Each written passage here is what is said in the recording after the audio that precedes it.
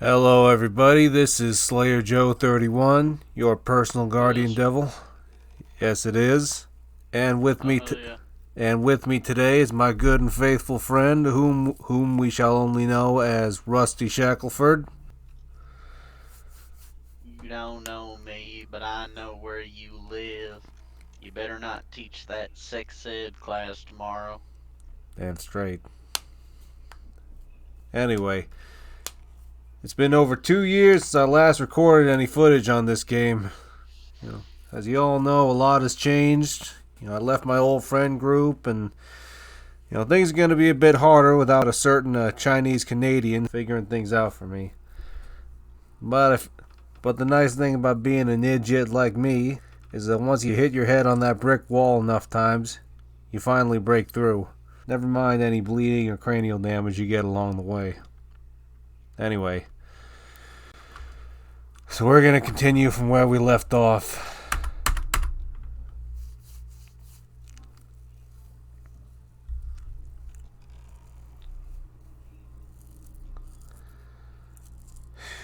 So for those of you who ain't in the loop, or this is your first time seeing this game, so we're trying to solve the murder of Joe Dunn, Required that I ask Jake for a small favor. who's found One and done.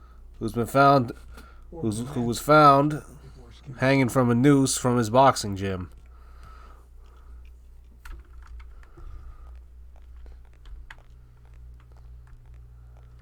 We believe it was murder because, for one, Joe Dunn was only 5'5", and even our primary character, Mr. Blacksad here, couldn't reach the noose standing on top of that stool. So there was no way he could have gotten himself up to wrap that noose around his neck. How the fuck did I fail perfect shooter? I didn't miss a shot. My buddy here is playing Hitman for those of you who want to know. Does it count if you miss a single pellet from a shotgun? Because that's bullshit. I still can't believe that Hitman isn't made by EA. I always thought it was. No, it's IOI. I think Warner Brothers produced this one, but it's always been IOI. What the hell does Iowa have to do with it? It's not a real state. It's just where they make all the potatoes. Bullcrap. I thought that was it. I thought that was Idaho. That's what they want you to think. Damn. Every day is a school day. What's the button for looking at things? Okay. Let me see. See what's our...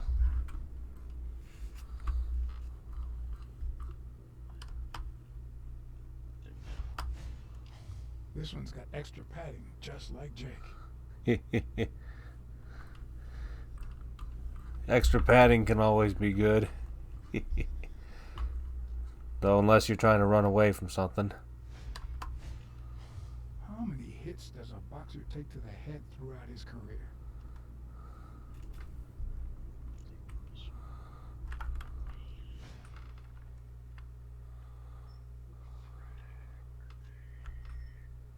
Hey, hi. Hey, focus, will ya?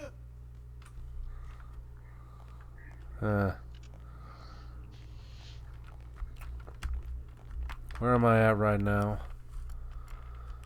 I guess I'll just take a look and see what I've done with him. Okay. Romantic. Let's see. Pragmatic. Cautious. Let's see. Sensitive. Let's see. Astute. Swift. Talkative. Looking a little bit more profitable.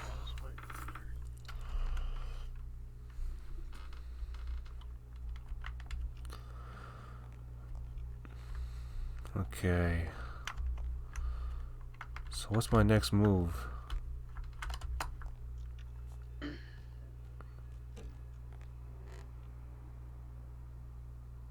Oh, yeah, that.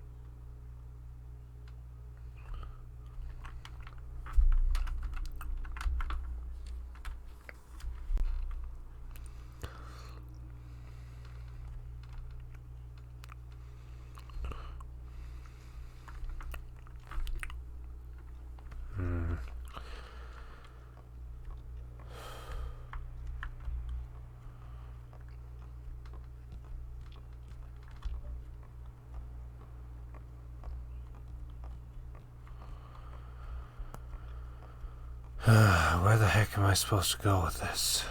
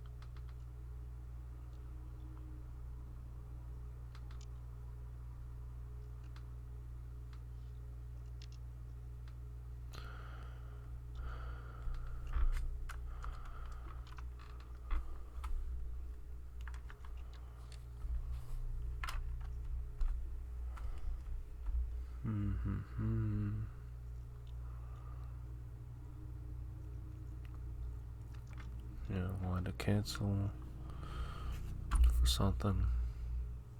Let's see. He was killed with the chest compressor, but we don't know by whom.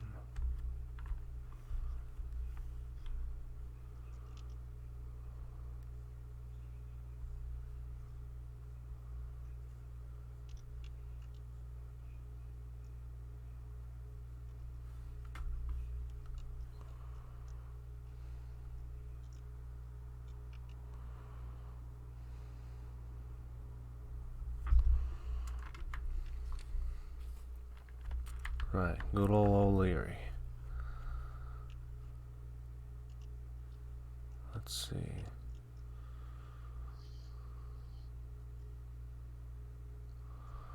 Oh, yeah. So we're working with him for now. Let's see. See, all done. Kicked him out of the roof, out of the gym. Let's see, good old Weekly. Let's see. Yeah.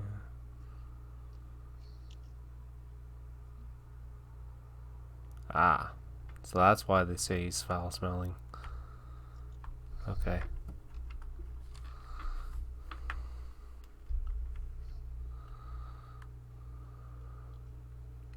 Accused him of corruption, monopolizing the sport.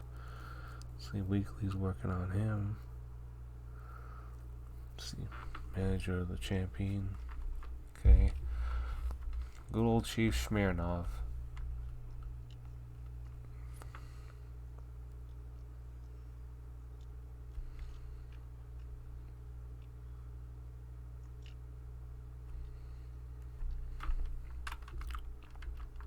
Oh yeah, and the last guy, Tim Thorpe. Let's see, Sonia's uncle.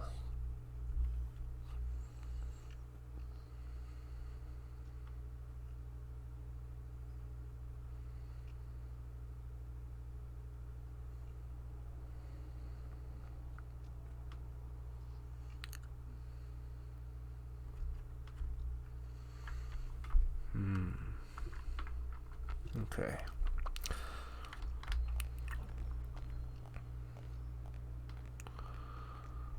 So where the heck do I go now?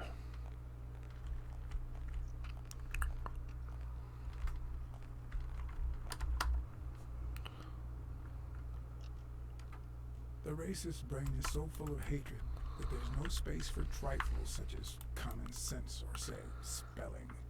But this most cultured writer spotted the error Yeah, I know. and attempted to correct it. Not sure what to make of the outcome. Wait, did I seriously not come across this?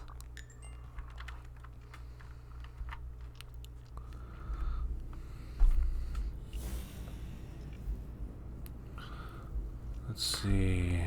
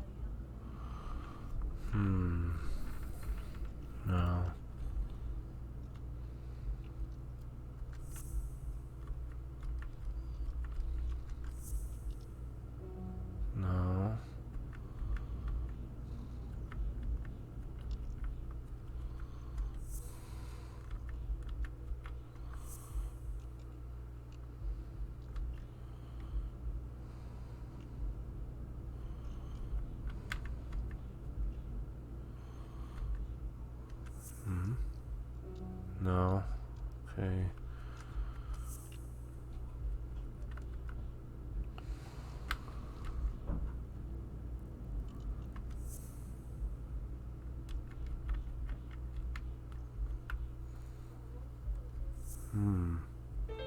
Hello. Huh. That lizard isn't Yale's doctor. Wait, how'd I figure that out? Oh, hello. Uh-oh. If that's the case, then we better get over there.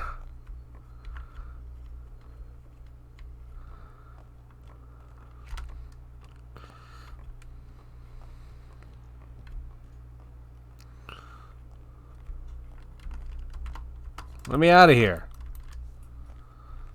Damn it.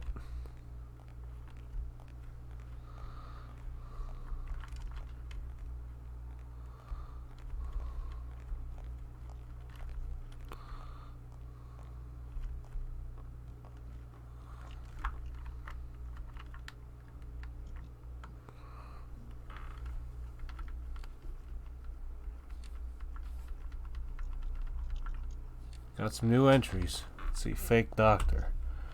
Let's see, New York. Former doctor of the New York Warriors, Fenner Spano, one of Dunn's partners during World War II. Thorpe hasn't seen him for a long time.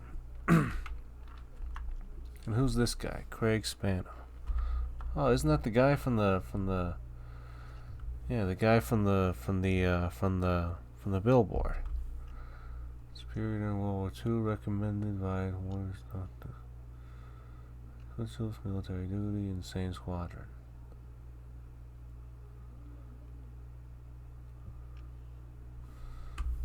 This game likes to talk about themes of racism and crap like that, but I don't think, like, even back in this time, they would have allowed someone who was meant to be a Negro in this case to be a superior, like, unless he was damn good or something during World War II. Of course, I'm no expert, so I couldn't say for sure. Like, maybe if he did. I'm playing Blacksad. Under the Skin. It's an adaptation of a friend. Made the Blacksad? Good question. Probably the Ku Klux Klan. That would make him pretty sad. Yeah. Yeah, this game does have a version of the Ku Klux Klan in it, actually. I remember. I looked it up, and it looks like Batman, but he's a fur fag and also like a 40s detective. Yeah, it's based on a French graphic novel. No wonder it's gay. Yeah, I watched a YouTuber by the name of Razorfist play it.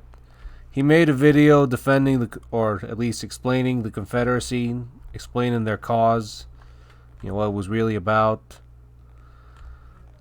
That really helped open my eyes. He took a lot of flack for that, and he said himself, I'm not a fan of the South and blah blah blah, but what he said really convinced me. About who the good guys really were. And they don't always win every war, despite what the history books will tell you. Well, yeah, because the history books are written by guess who? Same damn people every damn time. I was gonna say the victors, but yeah, you're right. Yeah, them too. How do I open this freaking door?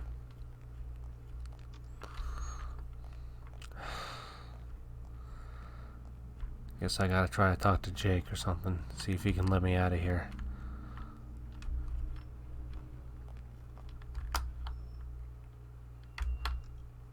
Hey, Jake. Not now, John.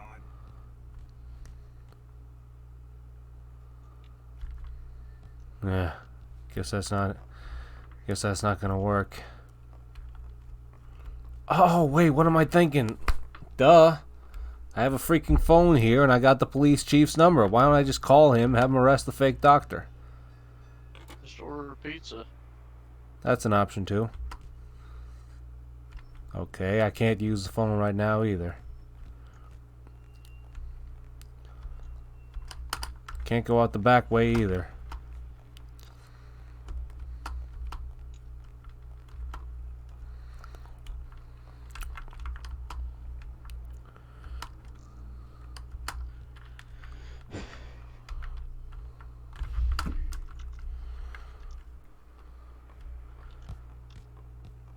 Anyway, speaking of the clan, this game, I remember reading somewhere that in one of the adaptations for the series that this game is based on, it has their version of the Ku Klux Klan go up against their a version of the Black Panthers, except in this case they're literal panthers.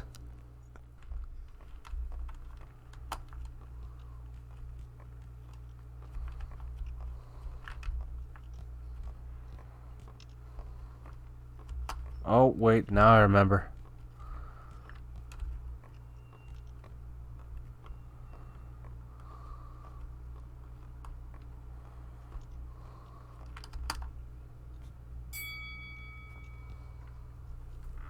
All right, that's enough. Take 5. Go on.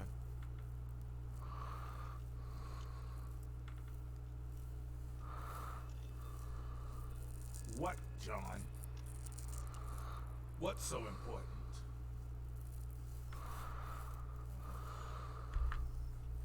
Have you noticed anything strange about Sonia? I don't know. Yesterday she said she hated the job. It also seemed like she wanted to save the place. Do you get any of this? I sure don't. Probably a complex relationship. It's just the way folks are. We say one thing, and then we go and do the opposite. You just can't expect us to be consistent. Anyway. Could you tell me where Old Erie's headquarters are? What for? No. You could get me into trouble. No way.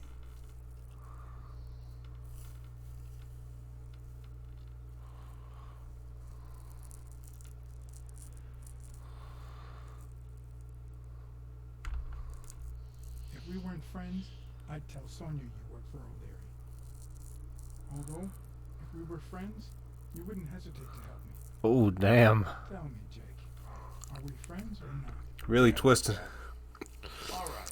It takes a lot to twist a gorilla's arm. O'Leary's hideout is in the basement of a Chinese restaurant.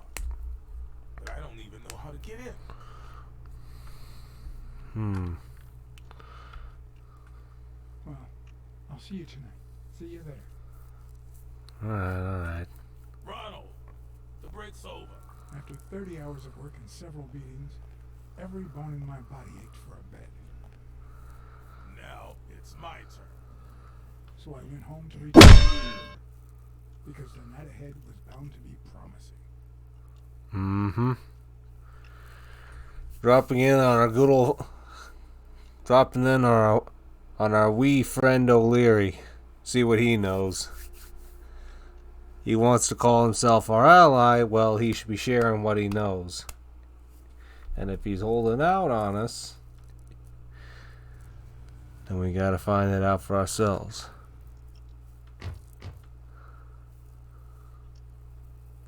What do you know about that basement? Well, let me think. Nothing? Come on, Jake, for Christ's sake.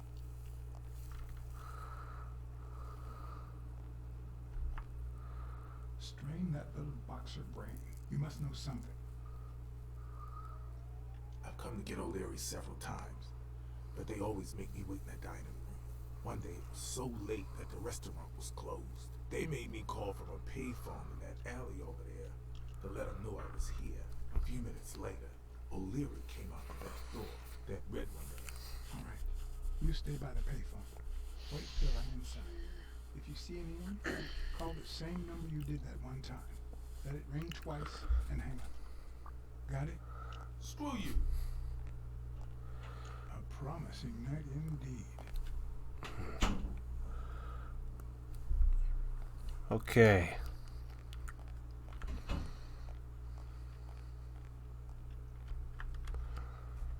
Let's see what we can find before we go in. You're you're you're in on Liang Tong territory. I guess O'Leary must have some kind of deal with the triads. A bit too high to climb. If the basement I'm looking for were in that building.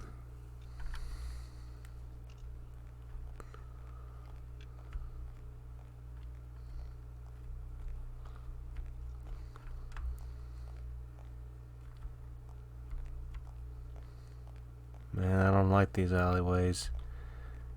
It's in places like this that Jack the Ripper did his best work. And I say that, and I don't say that out of admiration.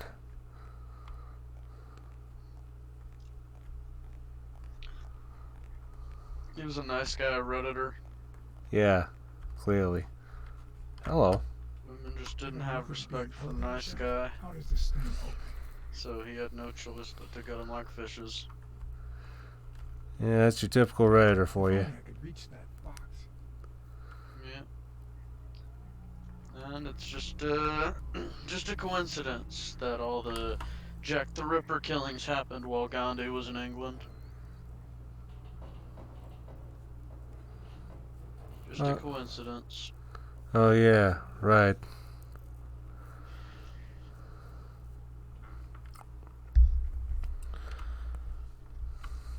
I read somewhere that Gandhi, that it was his wife who called some of the biggest hits. I'm not saying he didn't do any war crimes himself, but like that's just what I read. That's the way it goes.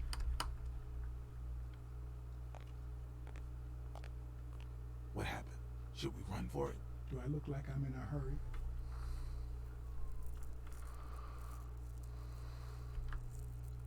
Check out that graffiti. You're in On Leon Tong territory. Wow. I thought the Tong Wars had ended years ago. Maybe someone nostalgic just got bored. Damn Chinese mafias. Yeah, American mafias are infinitely better, no doubt. Are you done? What do you think?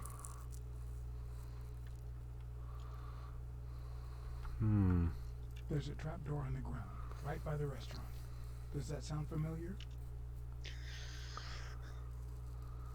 Huh? The restaurant or the trapdoor? Okay. Forget it. What's taking you so long? You want to switch places?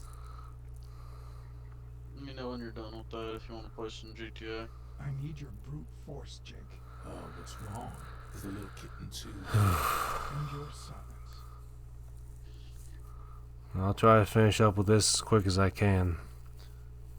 Not rushing you or anything.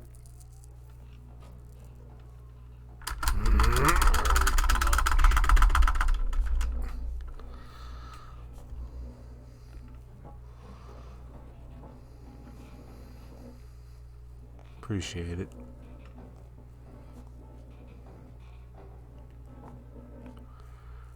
Thank you, Jake.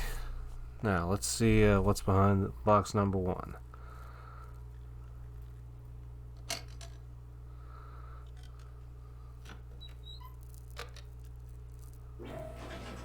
Nice.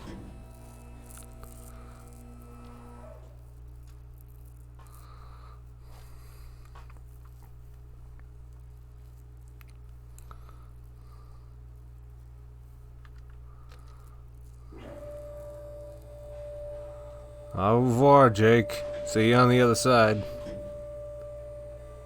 There are questions we only ask ourselves when it's far too late. Questions like, why the hell did I just ride an elevator shaft down into...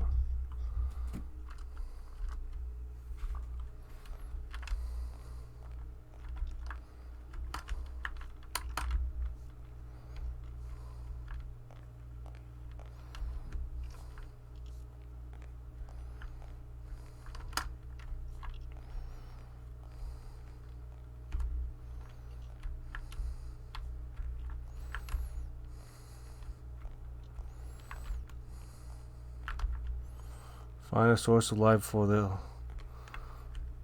lighter runs out.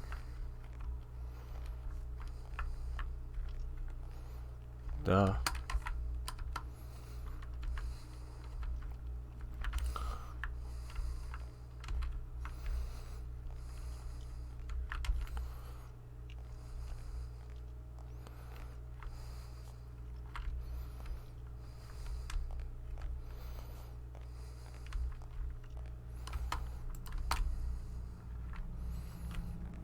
I might be kind of screwed here.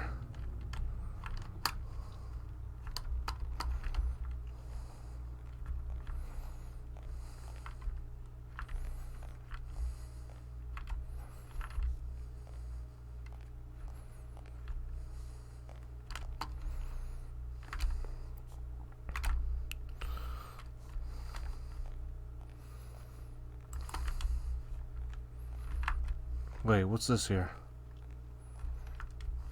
Oh, no, not now. Some answers only come to you when it's far too late. Shit. Okay, let's try that again.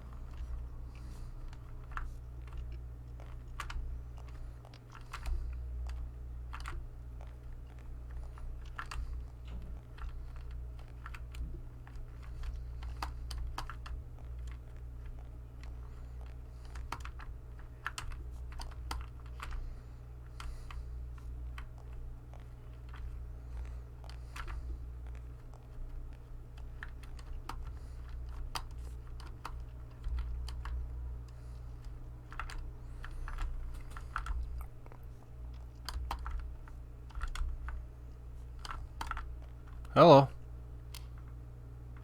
There we go. Move the mouse to point your flashlight and enable new hotspots. Okay.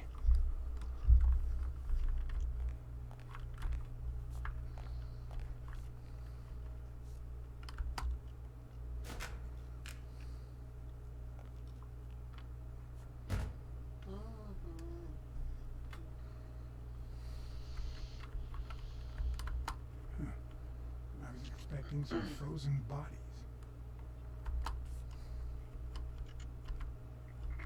Done with another syndicate. Hell yeah. What the?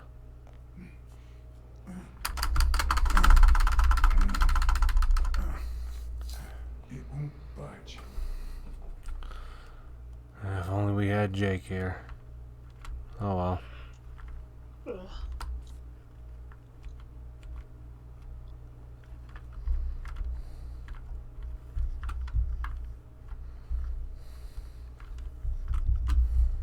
Doesn't seem like there's a...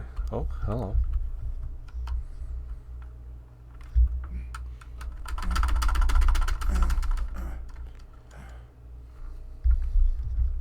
That one's not going either, huh? Hello, hello. What the fuck? My reward for completing this syndicate was a circumcision knife. It, And it was a PSYOP syndicate. So it was almost certainly Israeli. damn. If only you were Israeli. And I could use the circumcision knife. They'd appoint you their chief rabbi.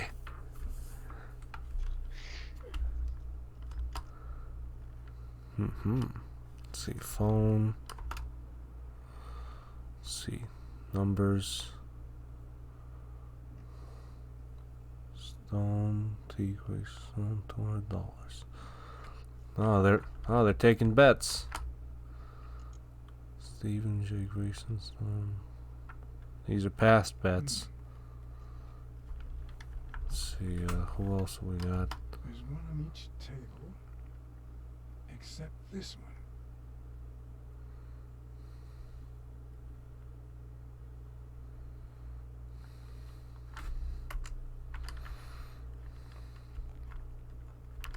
The odds are incredibly in Stone's favor. I'm guessing he's the reigning champion, and Bobby Yale is just a contender, but maybe word got out about his condition.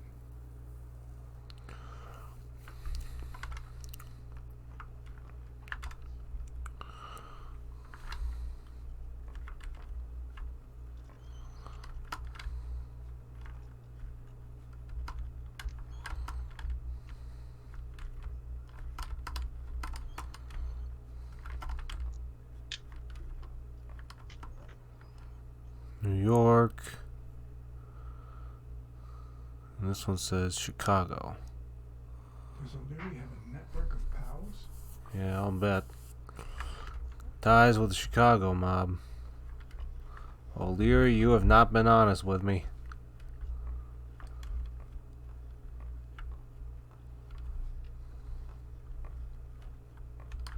Wow.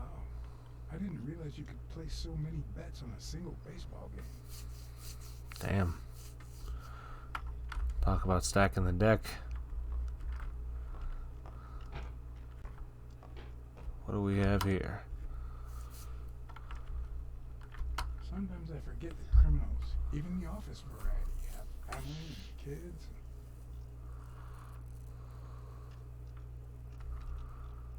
Anyway, maybe things aren't so bad on the dark side. Don't. Oh crap! Don't be saying that, 16 Blacksad. days until the fight. 16 days.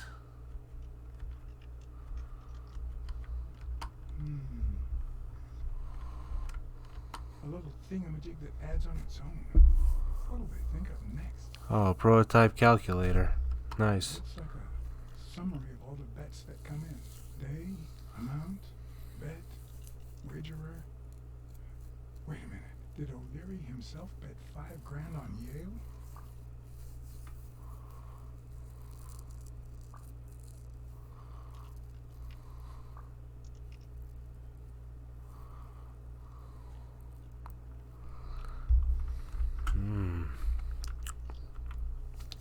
Well, why would he bet money on a guy that's not a, if he's not the if the odds are against him? Password. Wild berries. That'll be good to know for later.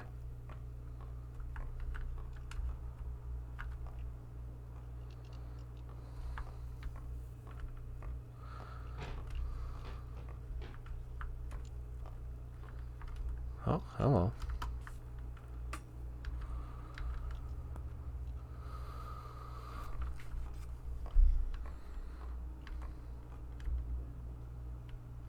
Hello.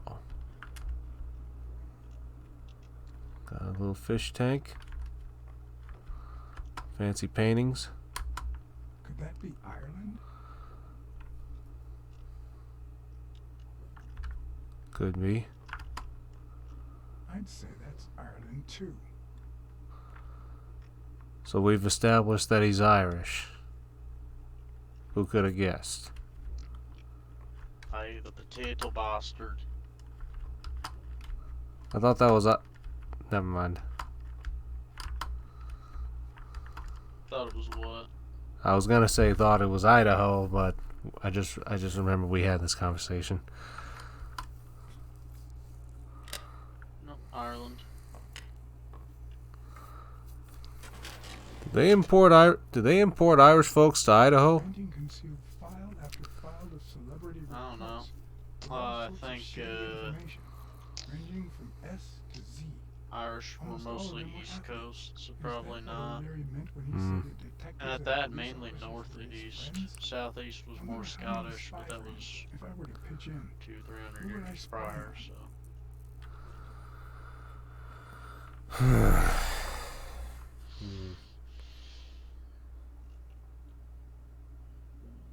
I think That's- Idaho would have been more German, Swedish, sort of thing.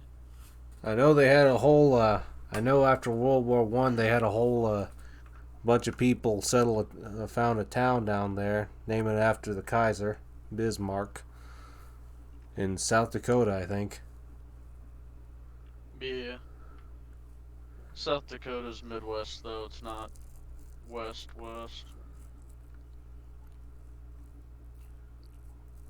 I know that after the war, the a large number of Confederate veterans and their families moved all over the states. Some of them wound up here in Oregon, Yeah. especially down here in Southern Oregon. I've seen a number of folks whose ancestors came from down south. You know. One of the people I'm charged with killing here is the DJ. Yeah, I'm sure. Yeah, I'm sure you could show him. Imagine after you kill him, you take an old vinyl of Johnny Rebel and let that play. I'll show him a bass drop. Better music than they're playing, that's for sure. Anyway, let's see what kind of dirt O'Leary has on the reigning champ. Not allowed through here. He called me an idiot. See, buddy, I was gonna let you live. I was just gonna knock you out with a sedative. But see, now I gotta kill you. But O'Leary That's opted unfortunate. for I a don't know more why you would do subtle that to strategy. yourself. Apparently, when he broke up with the tennis player Helen Moore, he set her up with Stone. Lucky for him, they hit it off. As I put away the report, I stopped in my tracks.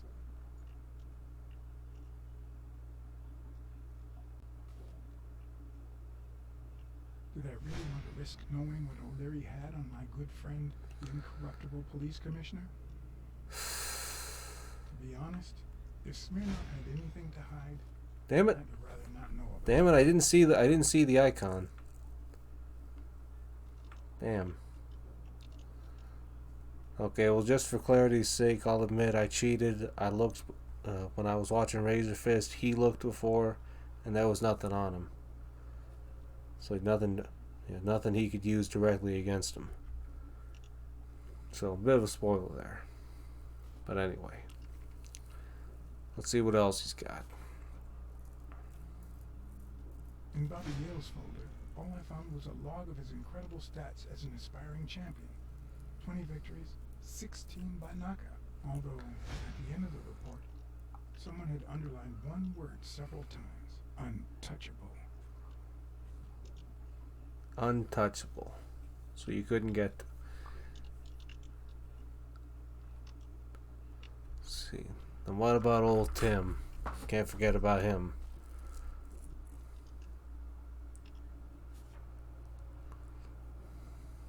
Thorpe had been a rising football star before the war, which he came back from with honors and decorations.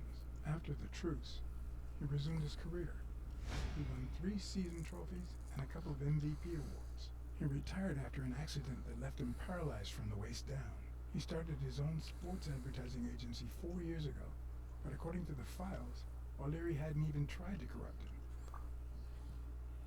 him. War here. Oh, they're talking about World War One.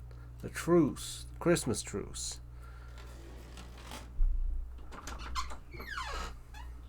Okay, let's see what else we got here.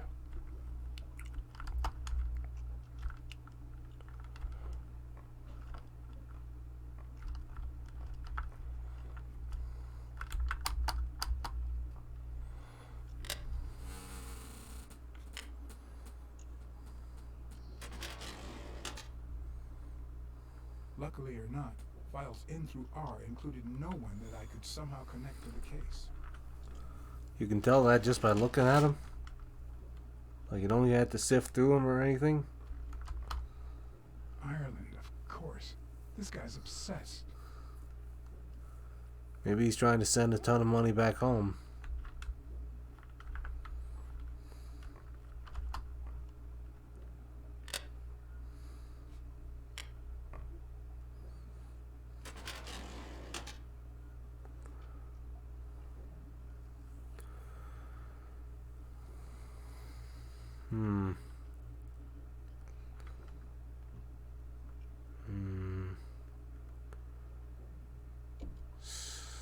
Let's see. Let's check out Avenarius first. See if O'Leary's got anything on the guy. The report on Yale's father was the shortest of all, since only his name was left. Why? It's empty. So he knows about as much as we do. Damn. Alright, what about old Frankie?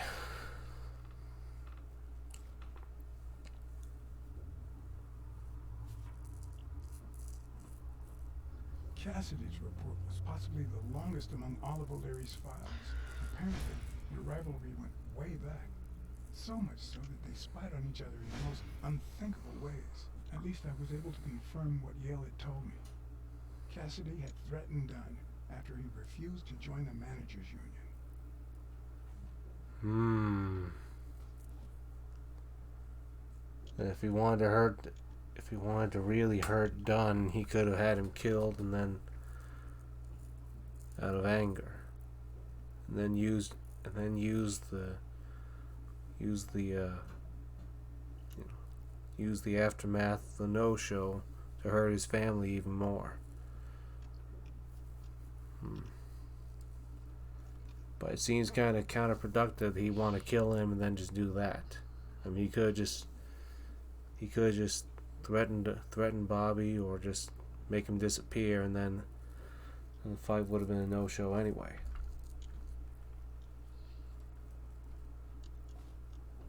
But then again, maybe he would have lost money. Dunn's integrity was legendary, even in O'Leary's shady reports. Just like Yale had said, Dunn had kicked one of O'Leary's men out of the gym when he found him snooping around.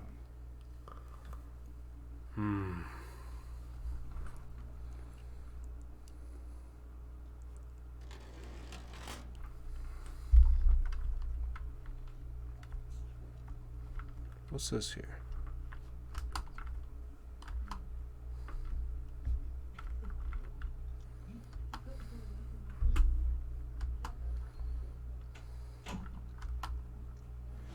Even Dunn had a gun in his office.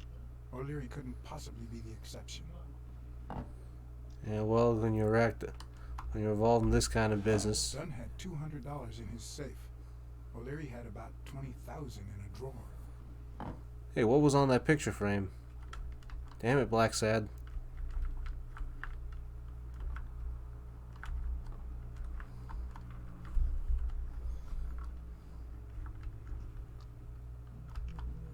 A Crossler? The good news is, I don't need lockpicks to open it. The bad news, I didn't bring explosives. Yeah, that'd be hard to keep under wraps.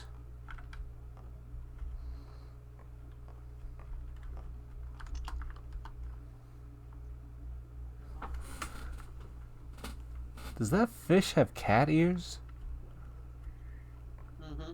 What the heck, man? Oh, how did I miss this one?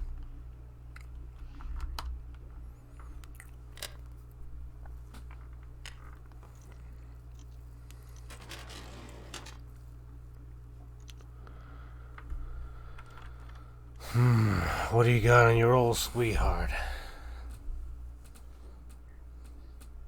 So he broke up with her, then set her up with the current boxing champ.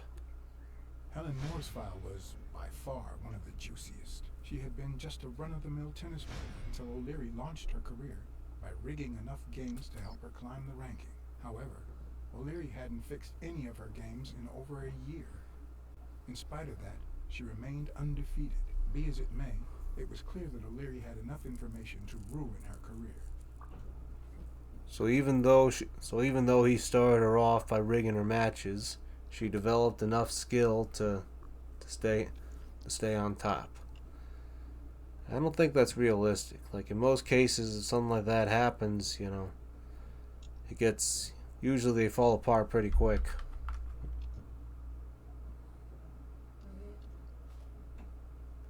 I remember that's why Floyd Mayweather, he was always criticized for fighting guys that he knew he could beat. The reports George Floyd Mayweather. Jake as a bodyguard. Floyd Money Mayweather. He was absolutely clean. Apparently, he liked to surround himself with honest people when he mingled with the high society. If I remember right, he was fighting he had a boxing match with a guy named Manny Pacquiao. I always wondered how that fight went. So the clues collected and allow a new deduction. Well, first let me check on this desk here.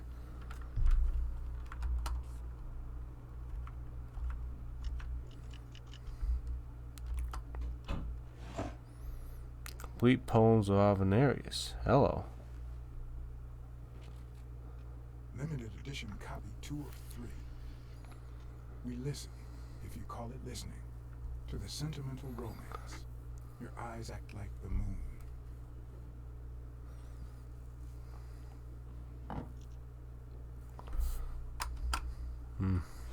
If they're not together anymore, why does O'Leary keep so many pictures of romantic moments with Helen Moore?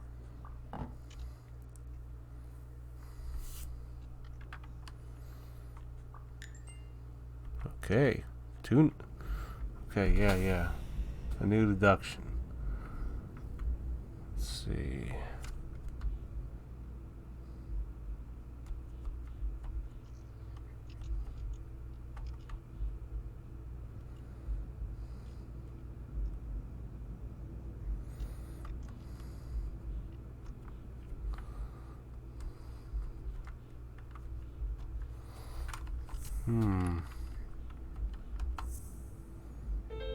Yep.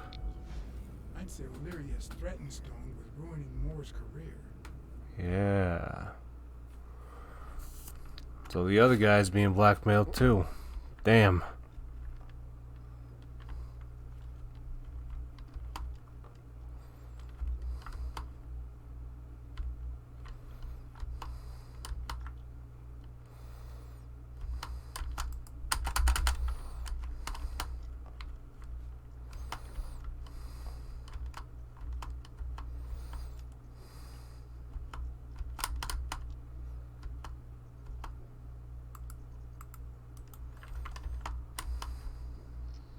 I guess I have to go around for this.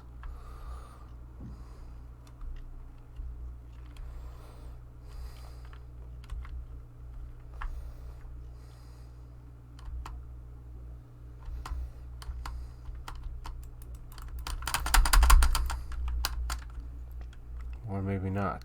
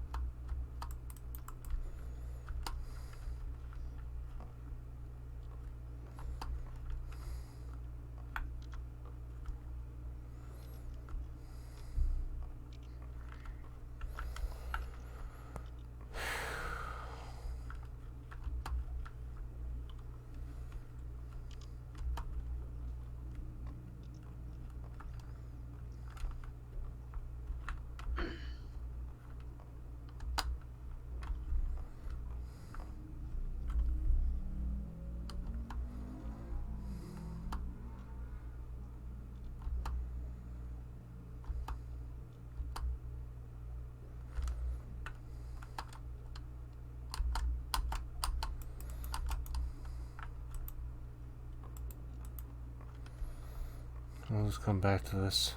Oh, hang on. Uh-oh. Jake. Someone was coming. Are we or are we not exemplary workers, Jimmy? Shit. Here it is, middle of the night.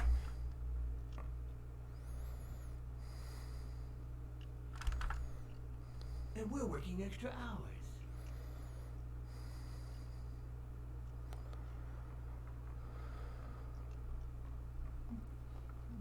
Hey, Jimmy, what do you think about that? I think he's scared stiff, Desmond. Why's that, Jimmy? We're giving you the red carpet treatment. We even let you in the boss's office. You're one lucky fellow. You can't say I don't treat you well, Jimmy.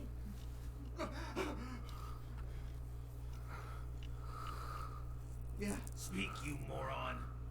Yeah, very well. Why are you... Shh. Calm down. How long have you worked for me, Jimmy? 3 months. 3 months. Oh, yeah. I hired you right after your cousin Martin died. I need your opinion. How would you punish someone for ruining an innocent man's life with a hit and run, Jimmy? I don't know. And tell me, what about you, Wilson? Ah, he killed somebody? What did you do? Damn. No, please. I didn't do anything. I swear.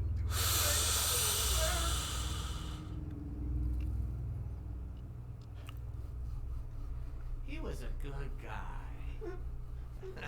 Of course, you already knew that.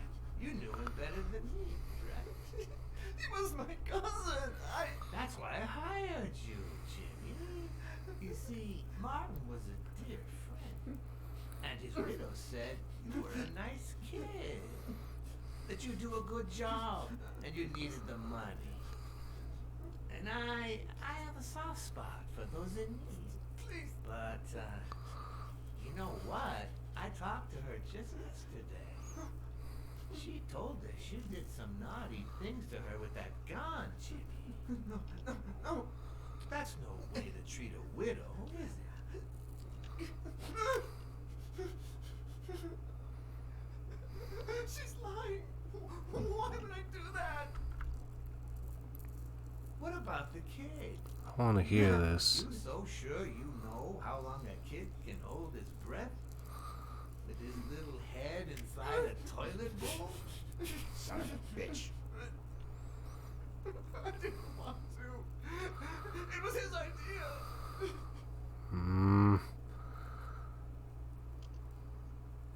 Who's your boss? Give me a name! Cassidy. It was his idea. He said you'd hire me if I'd managed to scare the widow, and I just... Alright. Let's just calm down now. It's gonna be okay. He's gonna shoot him, isn't he? There are two sacred principles that rule my life. The first principle is the love for my family. I do anything to protect them. Huh? Oh, The second principle, who is that? I never put my future in the hands of fate. I always play it nice and safe. And I would even add a third principle. Always stack the deck in your favor. Better yet, a rule. Smart gambler's choice. Anything threatens either of these two crucial principles, I take matters into my own hands. You see where this is going? And the first time I got someone killed, even though all I really did was rat him out. No, I just... Stop interrupting me, Jimmy! It's not polite! We're all the same. So rude. You know what? Let's leave it at that. You're going to give a message to that disgusting walrus Cassidy, aren't you? Yeah, sure. Whatever you say. Sure. Good boy. What? Oh. What's the message? Oh, Jimmy. You still don't get it, do you? Truth is, the game was rigged from the start.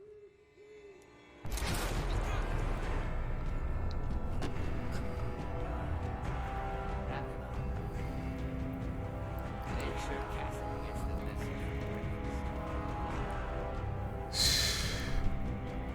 You got it.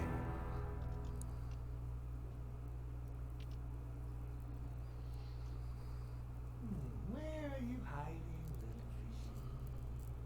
Once again, you didn't get to hear the end of my story.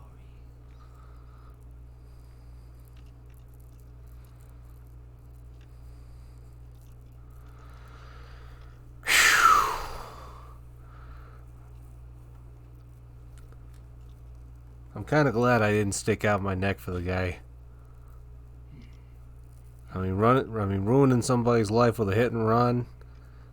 Like, even if it was an accident, you let some kid drown. Yeah, no, you kind of deserve a bullet to the head for that.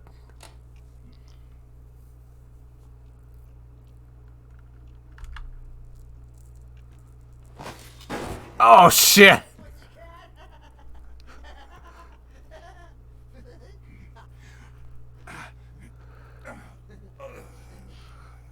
Ah, shit. Fucking chinks. Okay. Hiding wasn't the best option there.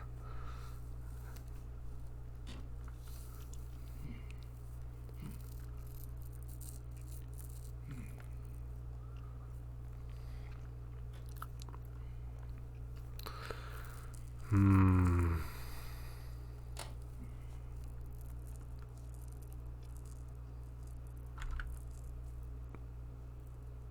What? Just where do you think you're going, putty cat?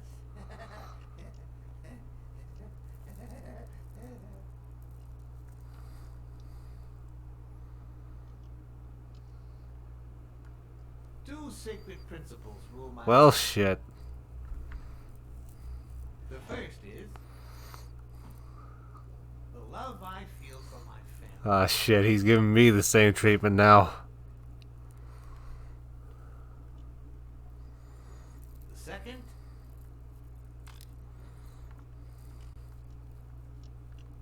never leave destiny in the hands of fate. I always play it nice and safe. And I'd even add a third principle, or better yet, a rule. If anything threatens either of these two principles, I take matters into my own hands. The first time that someone died because of me, even though all I did was rat him out, well, that guy ended up in the Hudson River, right off Pier 27. He's got to be even wetter than that fish by now. You should have seen his face. It's interesting what comes to mind when you think you're about to die. Suddenly all I could think about was how much I wanted a pet fish.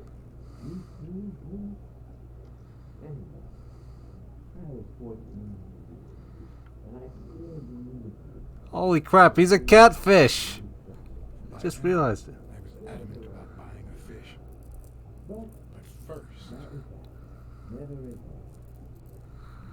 Nowadays, whether it's me who pulls the trigger or not, I have zero regrets. What's more, I sort of enjoy it. Okay, shit. This game can stop freaking lagging. his pupils are dilated, and there's a slight grin on his face. The bastard is enjoying himself. Yeah, he enjoys it alright. Shit. Shit.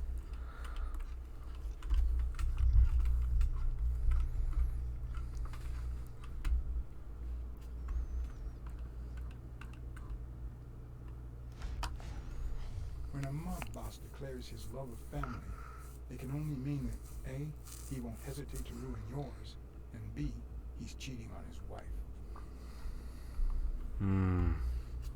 Yep.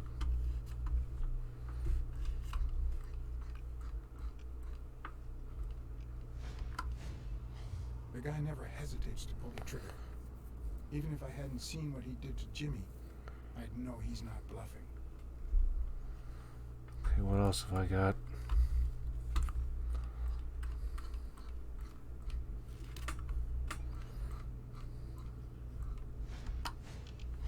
In case anyone had any doubts about who's the boss around here, I'll put my dirty feet on his luxurious table to prove that all of this is mine. I knew I had it in me to get out of that place alive.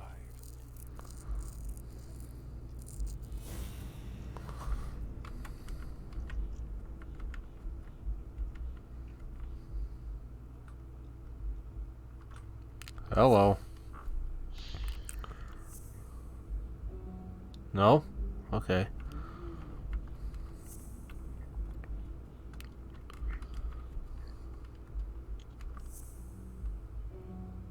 No, okay.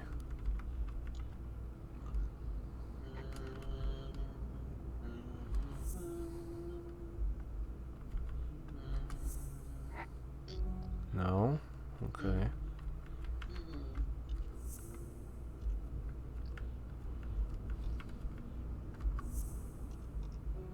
No.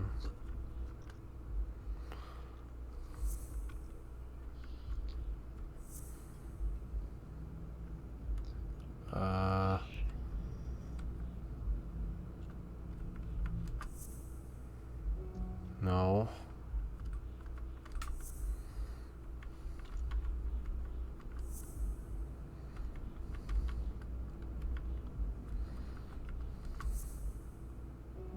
No, no, no.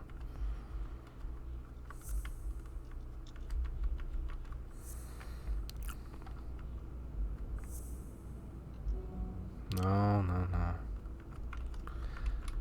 If Delphox were here, he'd be making a joke about me liking this dude's feet. But that ain't got nothing to do with nothing. It just proves he's got some fancy shoals that ain't very dirty. In fact, if I didn't know better, I'd say he committed the murder himself. But he doesn't seem like the type. Unless he took personal enjoyment in it. In which case, he's taking personal enjoyment in it now.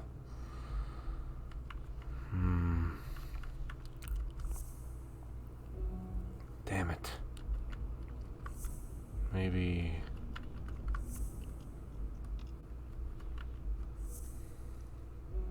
No, damn it.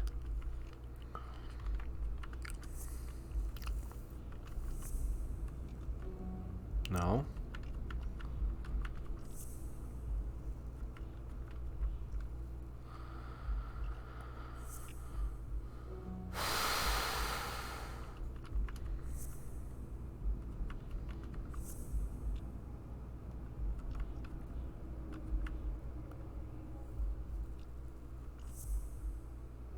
Damn it, damn it, damn it.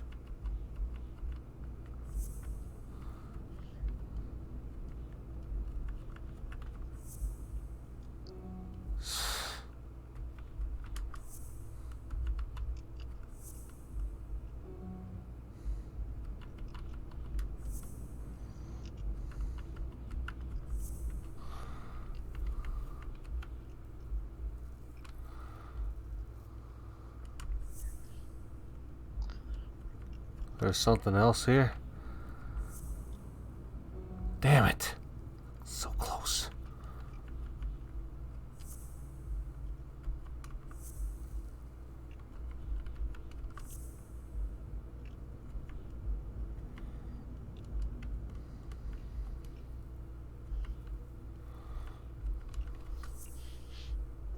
Damn it, damn it, damn it.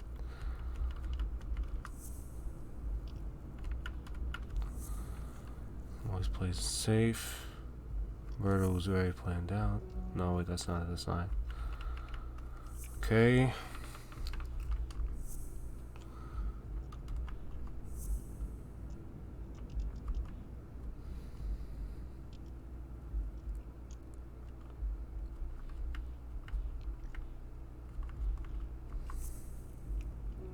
No.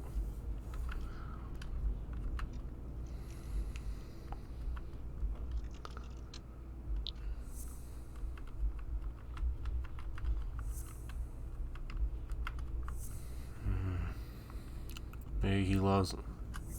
Like... No? No, okay.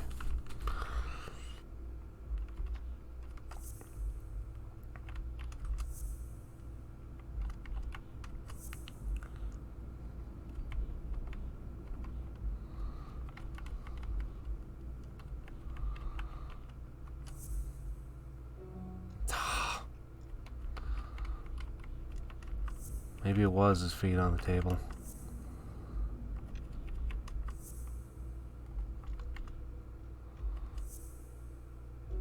No.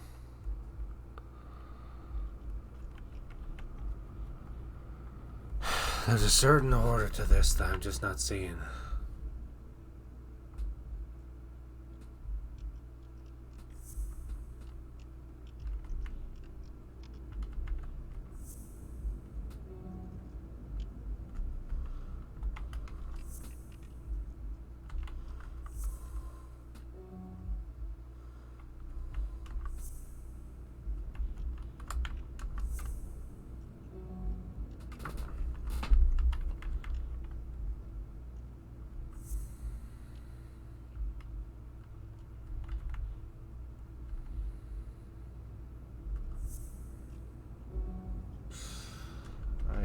clue. Okay, I need to slow down and put this together.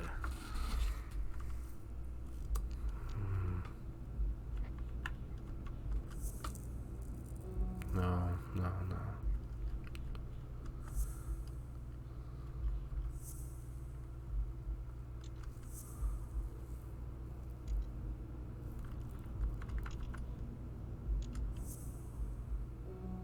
Damn it.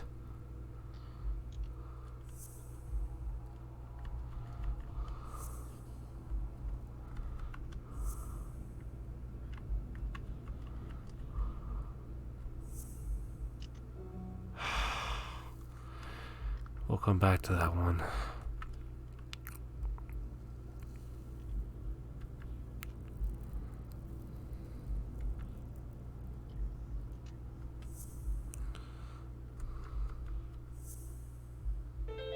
Hello.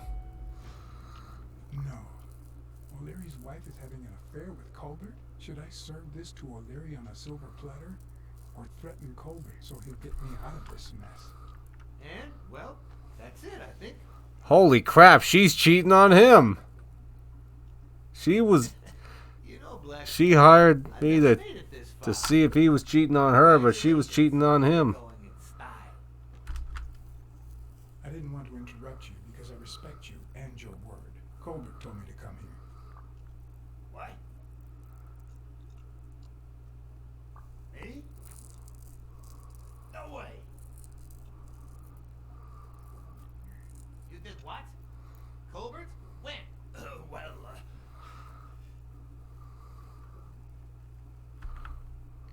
Yeah, remember? At that bar on 33rd and Main Street. Don't you remember that cocky drunk guy? No.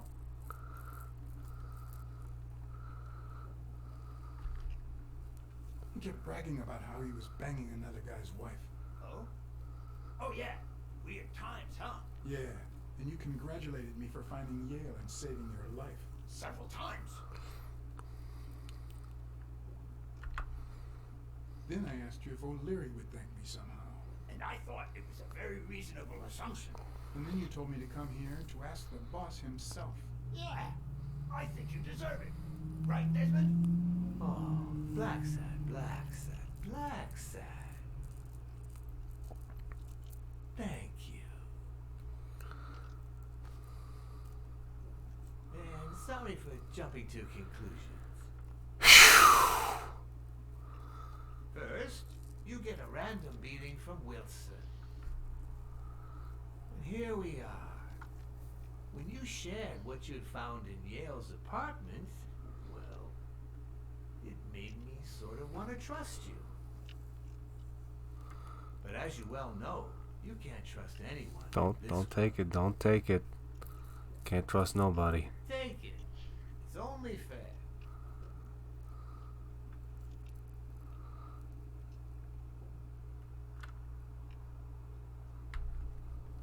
I want to bet it all on the fight. Ah, so Hell you're yeah. a gambler after all. We're going We for it. listen, if you call it listening, to the sentimental romance.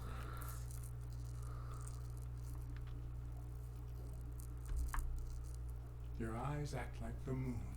Ah, a cultured man. Anyway, go ahead. Place your bet. I bet it all on Yale.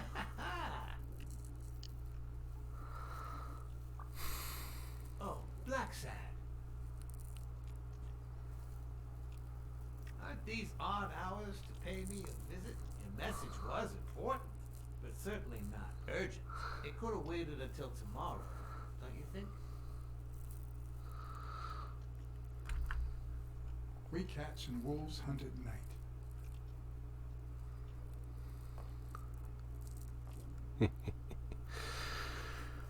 Hoo-wee. That was nuts. I mean, it wasn't that bad, but you know, for a moment there, I don't think there was any way to save that poor I feller. wish I was a noir fiction writer. At this very moment, I could write a couple of pointed, ironic remarks for the narrator to recount what I just lived through. Isn't that what you're doing now, The Blacksad? dark, crooked alleys of New York reminded me of the state of my own soul. No. Fall loomed over me with the... Fall struck me with the full force of my long-lost youth. Nah, not that. Oh, damn. Fall descended over me with the full weight of a guilty conscience. God, that's worse.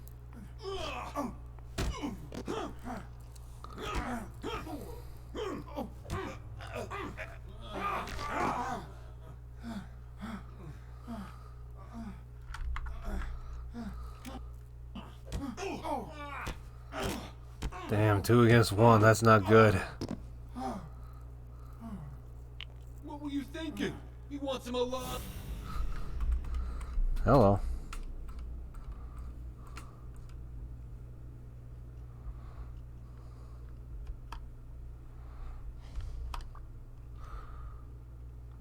Hell's Hornets. I felt fall seep through my bones like the pain of a good beating. Mediocre, but appropriate.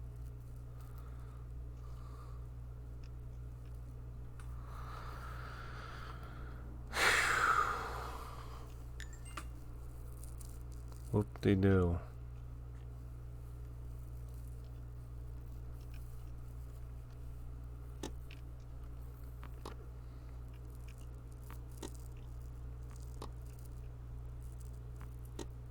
Against all odds, next morning I got up bright-eyed and bushy-tailed. And I had my kind, unknown assailants to thank. The beating had taken its toll, but for the first time in months, I had slept like a baby. Yeah, concussion will do that to you, I think. Come on, Helen, focus. All right, take 5. We'll work on that double backhand later. Blacksad, you ain't FBI. Well, Mr. Blackmore, what can I do for the FBI? Oh, wait, that's the point.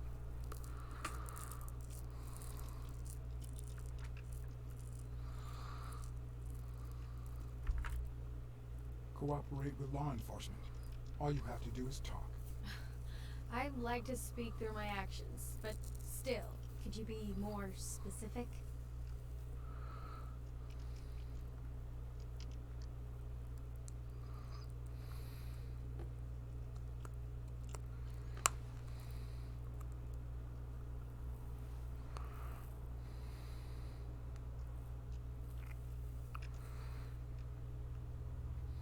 Maybe if we could speak in private.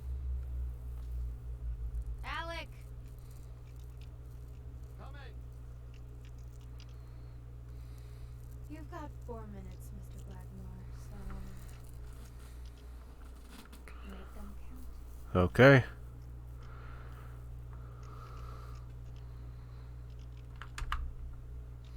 They say you're currently involved with Al Stone, the boxer. Is that correct? Wow. The FBI sure knows what it's doing. So, out of the 100 million Americans who know about that, who did you extort to get such highly confidential information? Don't beat around the bush. We know why you're with him. Oh, so you like his biceps too? Desmond O'Leary asked you to seduce Stone. Why? What? No, I met Al by chance at a party. A party hosted by Desmond O'Leary. No, that can't be. No one is that shrewd. Not even him. Damn, I hate that bastard.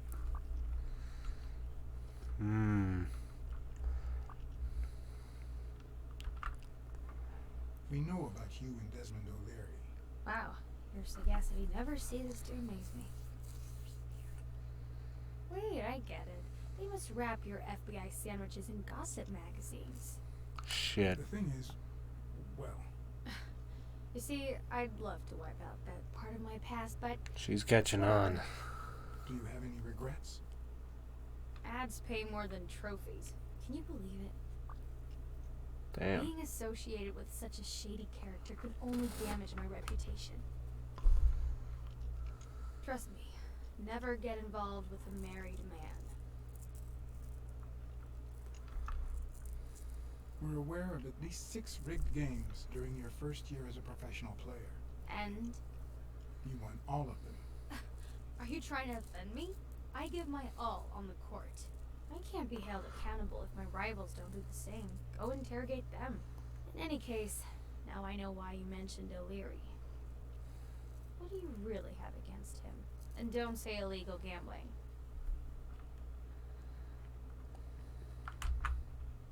We've got reason to believe he's working with the Chicago mob. This isn't just illegal gambling anymore. It's organized crime.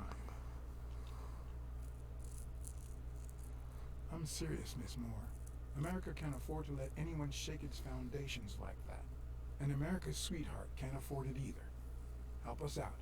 Talk to us. And why should I, Mr. Blackmore? What do I stand to gain or lose?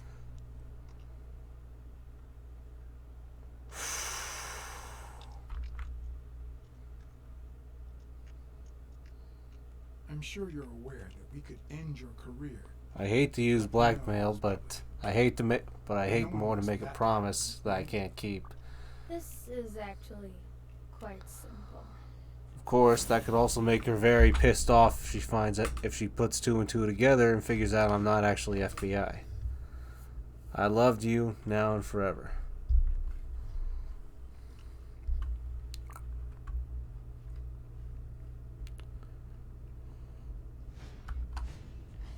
One lucky gal. You have a light, sir? What's she reaching for? The pearly white teeth of someone who barely smokes. Am I making her nervous? Damn. I'm almost out of fluid.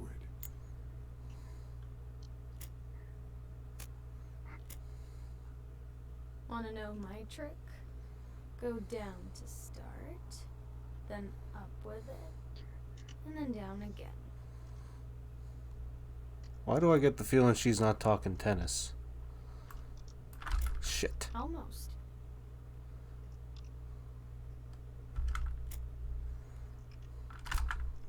Don't worry, I'm not making any assumptions about your masculinity.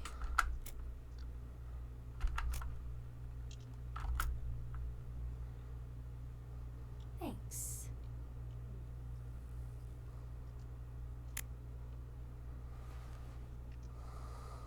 I don't know what you want me to say.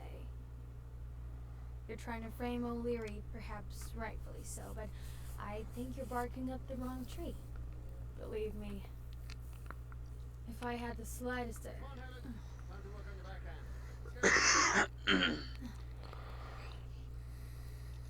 Do you smoke?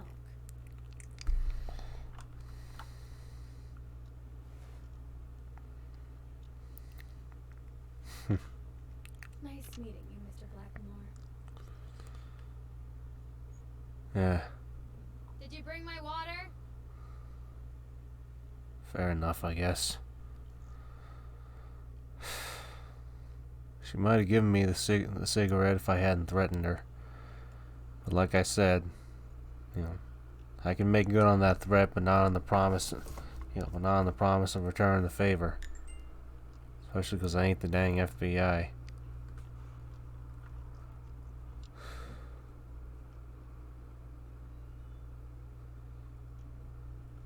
She tossed the cigarette in your face? You're such a loser! Too bad I was busy chasing Cassidy. If that had been me, America would no longer have a sweetheart. So, what do you say, you and me, we change places next time, huh? Your turn. Now tell me, what did you find out? Ah, you're gonna love this. You ready? I've got news. But I happen to also have a play. Hold that thought. Blacksad. Not you. Not me. Why can't I hold the thought? Huh? Oh, Mrs. Colbert. My husband woke me up this morning with roses and breakfast in bed. He said he had a scare last night, although he won't give me any details, and that he's been thinking about me ever since. He wants to take me to that's nice, but I don't know why you're thanking me. Are you kidding? Remember how I doubted him, but you made me change my mind? If he had suggested to take me to Niagara Falls when I still suspected him, I would have thought it was just a cover. Or worse still, a way to clean his conscience.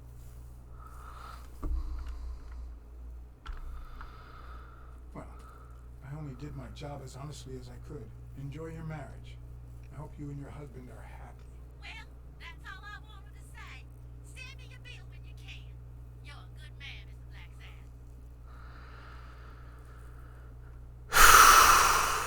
I had to lie through my teeth for that. But at the very least, Colbert helped me. Just happened. Is there anything you didn't So I'm just returning the favor. Now it's One your more turn. white lie. Tell me about Cassidy. Plus, I don't want him coming back on me. Come on, spit it out. I didn't find anything suggesting that Cassidy had anything to do with Dunn's murder, but That's quite the tale. I know Cassidy will be playing poker tonight with one Howard M. Farnham II, a Texas tycoon looking to get his claws on the boxing business. Ooh. I also know that he and Cassidy have never met in person. Ho ho. And that Farnham, who's staying at the Balford Hotel, hasn't left his room. Apparently, he spent the night with 3 bottles of bourbon.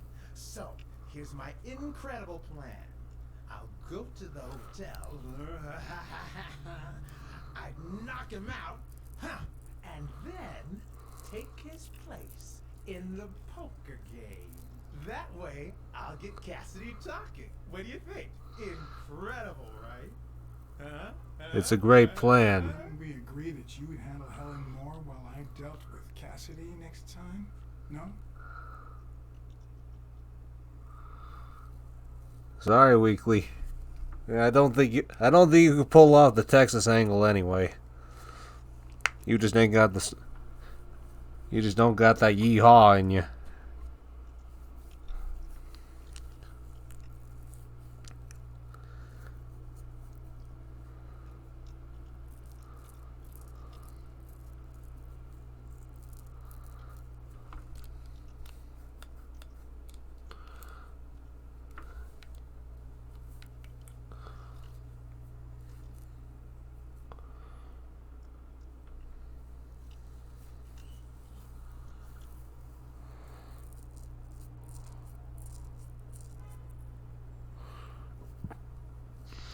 Alright.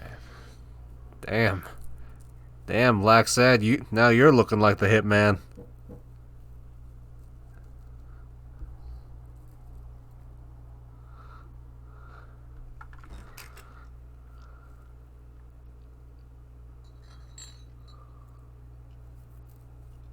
Good afternoon, Mr. Farnham. What's going on? Allow me to introduce myself. Room service. I brought the bottles you ordered. I didn't order me no drinks. And you're not wearing the hotel uniform. Move on, you drunk. Well, that could have gone better.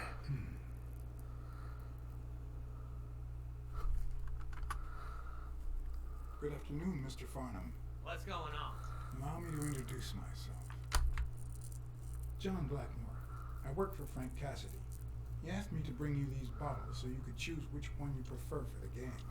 Oh, sure. I was fixing to leave, but I guess them monuments ain't going anywhere. Well, come on in then. Getting in Farnham's room was easy. Earning his trust was another story. But I always have an ace up my sleeve. Blackmore?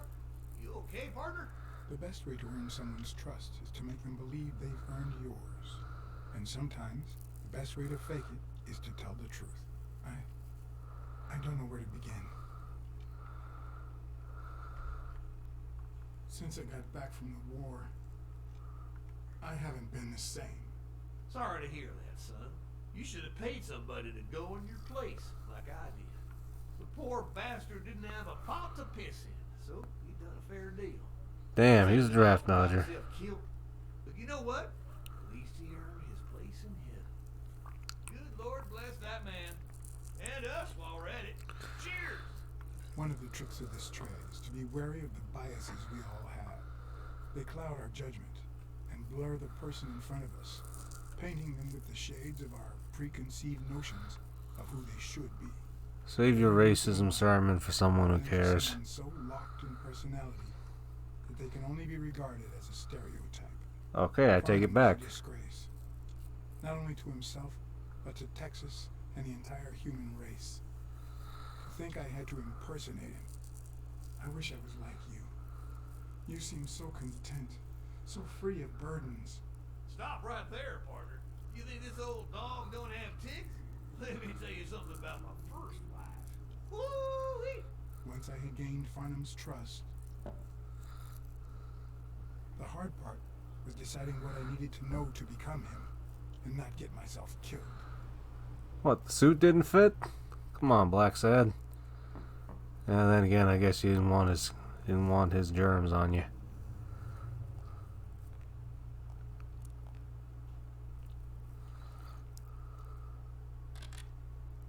What can I do for you, sir?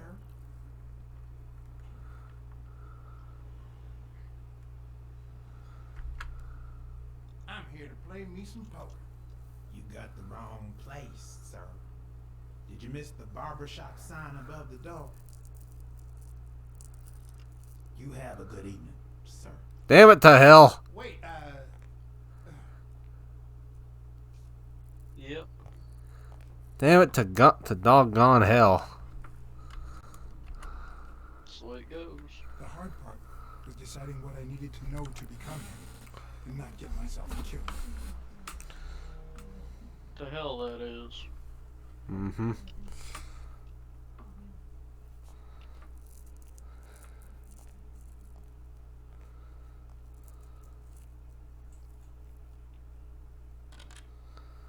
What can I do for you, sir? Howdy. My name's Howard M. Farnham II. Okay. Should I know you? What can I do for you, sir?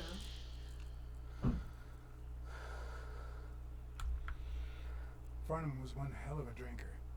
I had to get the information out of him before he drank himself unconscious. Otherwise, I'd have to find that information myself. Find the requested info before time runs out. Holy shit, they're having me do this in a flashback cutscene. Ding dong. Interesting name for a town.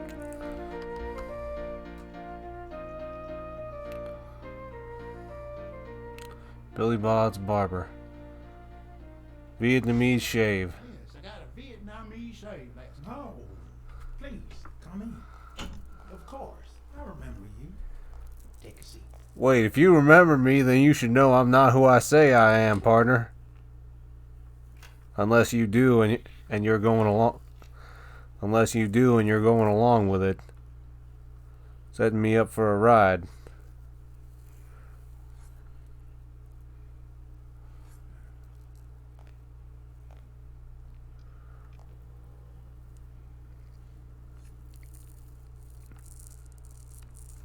I'm sure you'll understand we can't be too careful. Hey, careful with that razor. Has many enemies, and someone has to keep them at bay. Sure, I get it. I'm glad to hear that. Now, please answer my question. How much does it cost to get yourself a clean Vietnamese shave? Shit.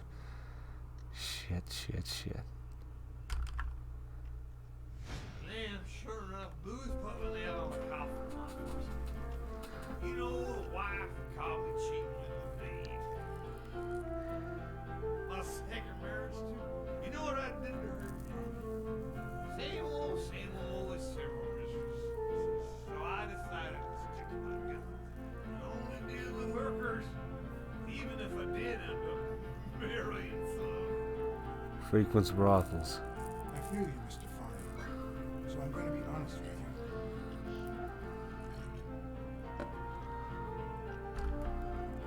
I'm Cassidy's slave. He lent me the money for a game deposit, and I lost it all. Now I have to work off my debt. Cassidy's not your problem, son. It's poverty. Sure enough, I paid my holidays warranty on. And I was just petty cash. Petty cash, to be honest. I asked you how much. Shit. Of course, they gave me my receipts. These things are out. But I'll show you. I gotta get some. Let's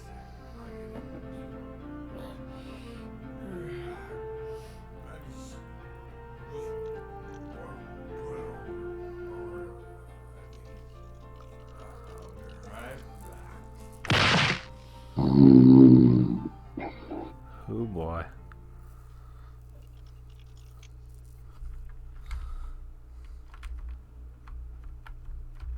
Ding Dong?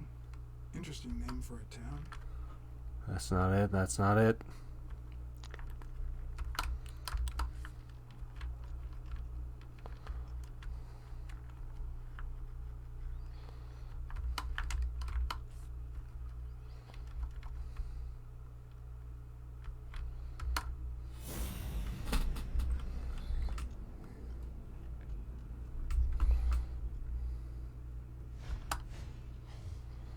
Hello. Let's see what you got here.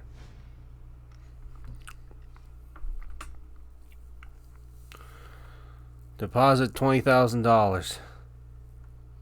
Why didn't you just say you had the receipt in your pocket? I'm almost certain, but tell me, who told you to come to this barber shop? Try to remember, try to remember, try to remember. Let me tell you a little secret about my first wife, son boy. When I met that woman, she had no manners, no money, no. Who in the hell?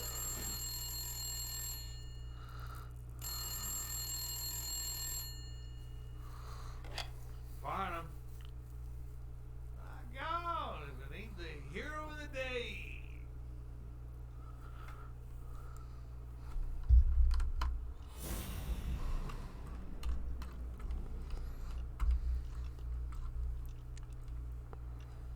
Come on.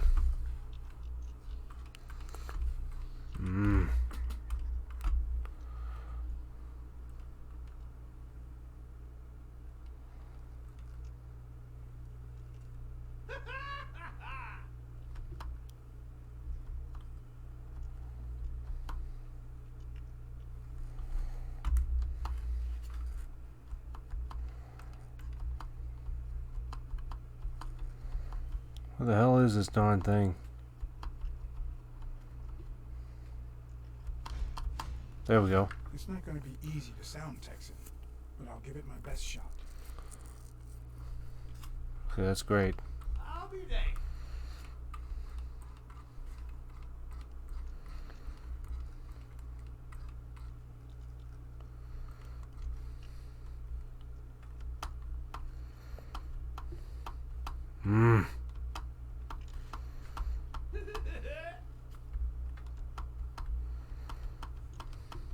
Yes, sir. New York City.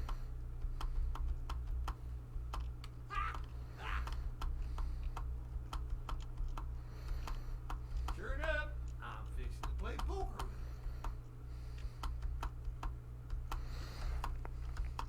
with it.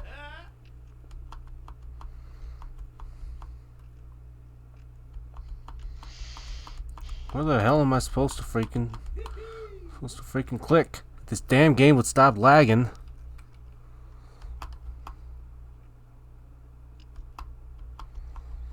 Boxing at the Grand Ole Opry?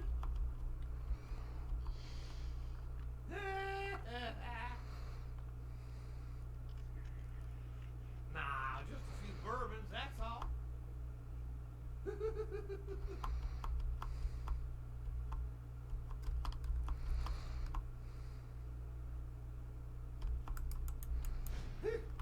Mexican. Anyway, Kenny, thanks for fixing the game with Cassidy. Kenny. I think I gave myself the answer there, but God bless you, brother.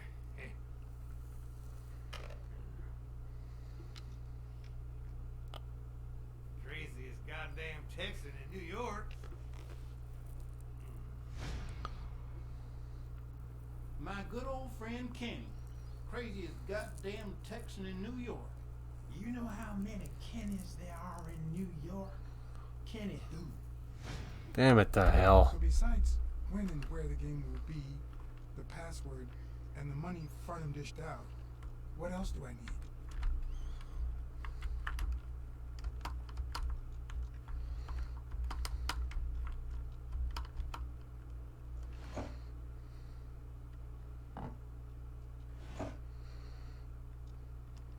Please don't tell me I'm wasting time with this thing. Not even a Bible. Damn it. At least it's comforting to know that when Farnham drinks too much, his female companions have less of a hard time.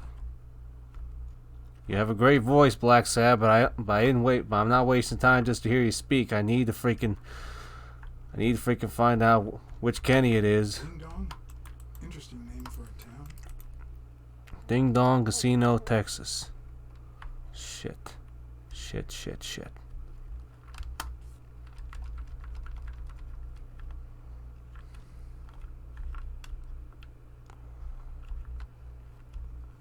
Well, fuck me. Kenny. Hey, you think you can't be friends with someone and not know their last name? Let me think. No.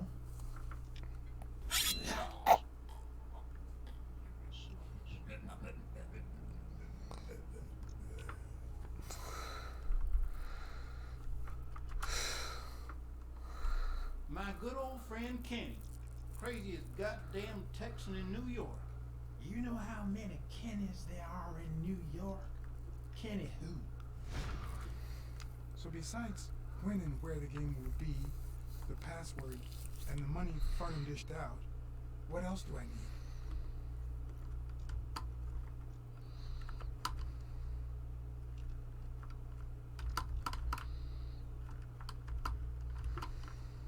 Hello.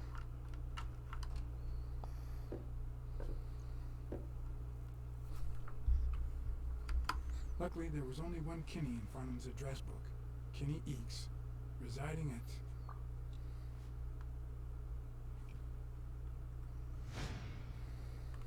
Cornell Plaza, Manhattan. Stunning penthouse. I'm not surprised. Mr. Eakes has excellent taste.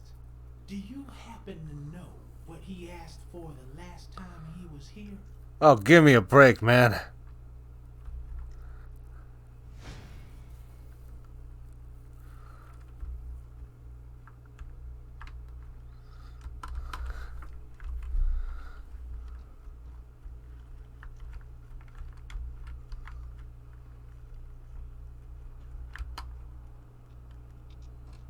Shit, there really isn't a lot of time here.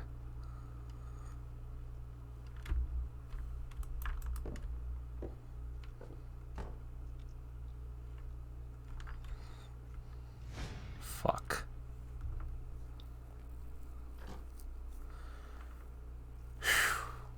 Don't tell me, Billy Bob. This here is no friend fun. Am I right?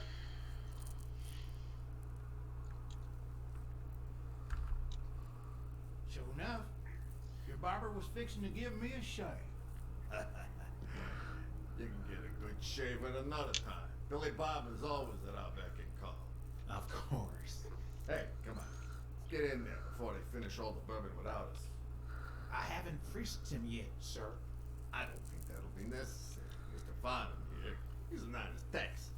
And I'm sure he'll hand over his weapon if we ask him to. Right?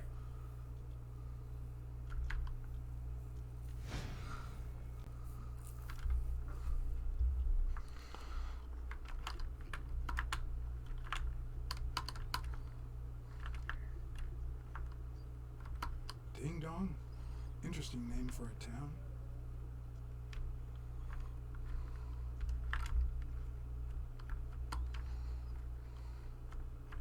At least it's comforting to know that when Farnham drinks too much, his female companions have less of a hard time. They smell like a party.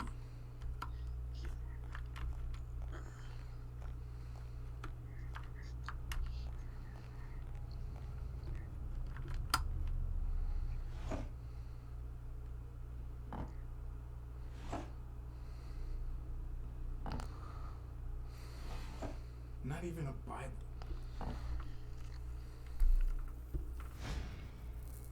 Are you going to hand over the gun or not? You know what? I'm starting to think that you're not trustworthy. And I hate wasting my time. But the bad thing is, it'll be just 3 of us playing tonight. Really, Bob? Not again.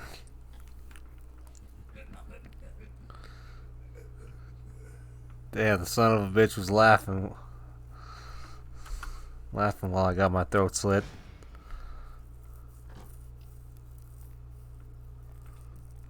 Don't tell me, Billy Bob. This here is my new friend Father. Am I right? Sure enough, your barber was fixing to give me a shave. You can get a good shave at another time. Billy Bob is always at our beck and call. Of course. Hey, come on. Let's get in there before they finish all the bourbon without us. I haven't frisked him yet, sir. I don't think that'll be necessary. Mr. Farnham here, he's an honest Texan. And I'm sure he'll hand over his weapon if we ask him to. Right? I would if I had a gun on me, but I don't. Are you kidding me? An unarmed Texan?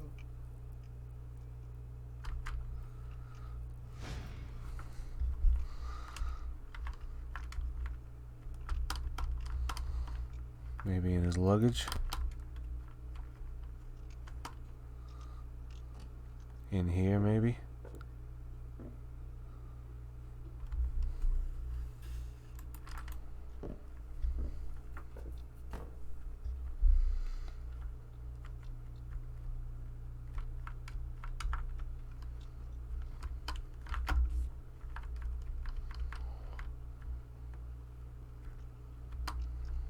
Ding Dong? Interesting name for a town.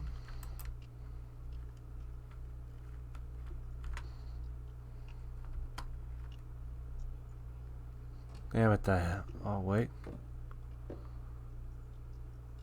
Well, now I can't see shit. Are you going to hand over the gun or not? Billy Bob?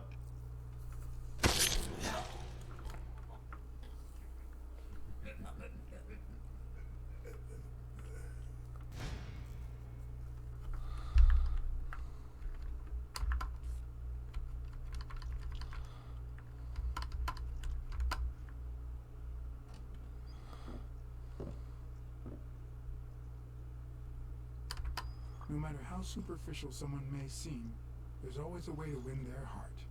Found it.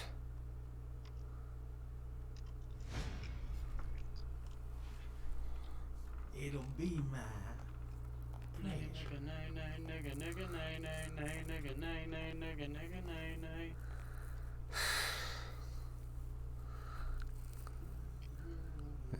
Welcome, gentlemen.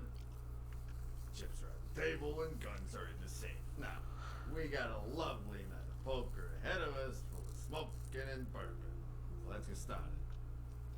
Take a seat, Mr. Farnham. Let me introduce you. To my right, wearing gray boxers. Holy shit. weighing in at 140 pounds. My freaking Chinese friend used to play that damn song. Largest meat market in all of Manhattan. Jesus. Chinese In other friend? words, Had a he's Chinese somewhat friend. rich. No offense to the women he Did he get exploits. deported to Our China? reigning champion. No, he was a controlling prick. And when I finally had enough of his bullshit, he cut ties with me. Our new contender here doesn't interfere. Controlling? Man, I wonder if they run their country like that. That'd be crazy. Sorry, partner. You ain't got a chance in hell. But look at it this way. You're fixing to learn new tricks. For better or for worse, I only need one trick. Playing well. The truth is that our friend Farnham owns the largest and, I dare say, most entertaining establishment in Texas. Really? So we're colleagues then? Yeah, you wish, Quince. He owns a casino. Damn. And it's not even in Austin or Dallas. It's actually in a little town called, what was it? I looked it up the other day. Had a funny ring to it. I hate it when this happens. I thought they moved all Texan casinos to Vegas. Ding Dong, Texas? Ding Dong! That's it!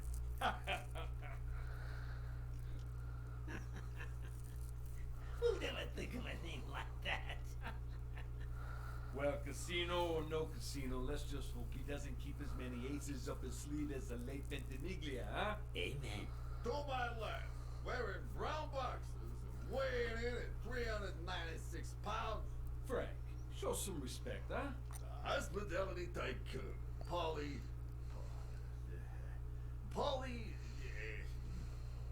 Tycoon. I just own a small bar with pool tables. Clients drink close to nothing and play even less, but certain business transactions just couldn't happen anywhere else. Damn it, Polly. Why don't I know your last name? Because they took it away from me. You have no idea how good my ex-wife's lawyer is. Women, they even take our damn names.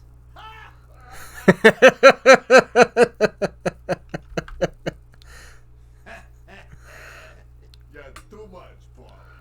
When you're done sightseeing, why don't you drop by La Iguana for a game of pool, and I'll buy you a drink.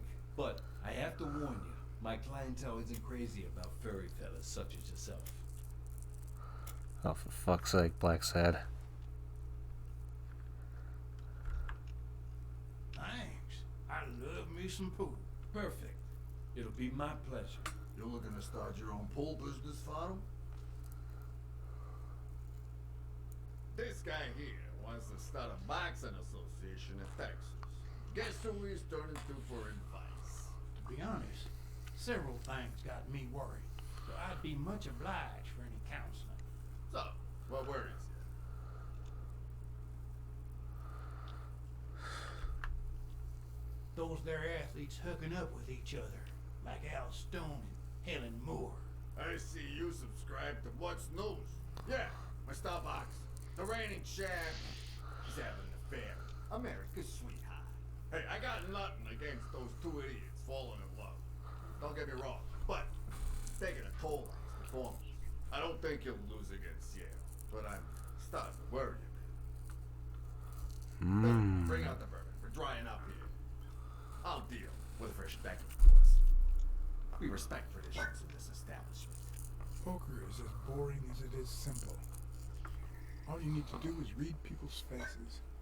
And even the worst detective has that trick up his sleeve. Good thing, too, because I'm probably the worst detective there is. And there's much more than just money at stake.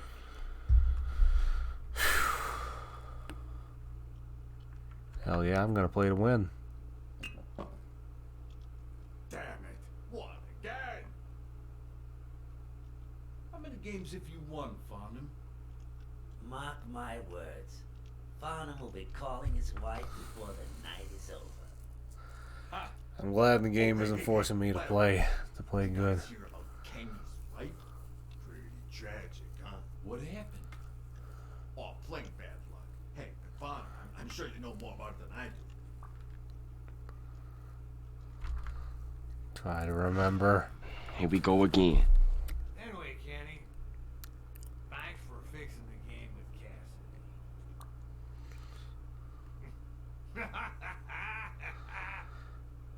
God bless you, brother.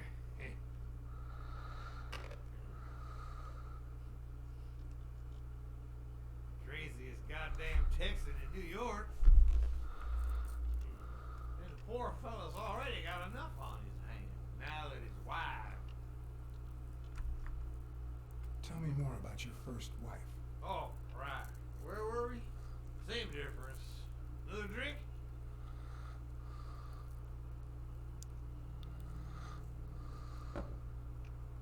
No, seriously, where were we? All right. We was fixing to have another drink. Shit, man.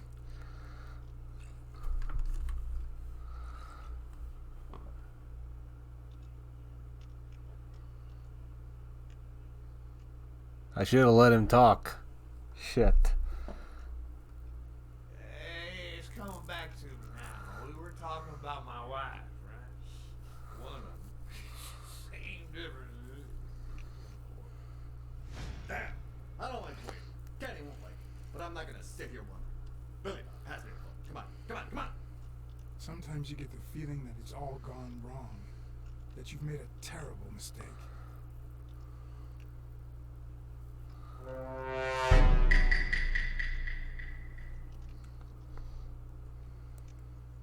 Shit.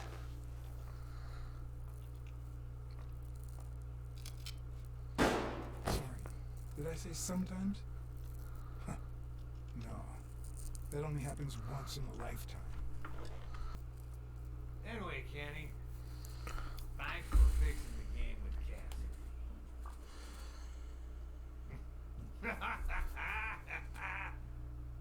God bless you, brother.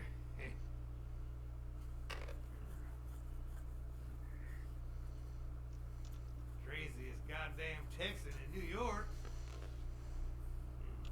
And the poor fellow's already got enough on his hands now that his wife. Women just gotta have their vices. She's in a rehab clinic now, hooked on tranquilizer. That's it, tranquilizers. Don't tell me women don't have their vices, too. Bring out the bourbon, Billy Bob. Come on. I spoke too soon. I said that poker is easy for good people. You do know that song was about My Little Pony, right? No, I thought it was about something equally as retarded, but not that. No, the whole freaking video, the guy was trying to encourage people to not kill themselves. Well, I want to encourage people to kill themselves. You'd make a great spokesman for the Communist Chinese Party.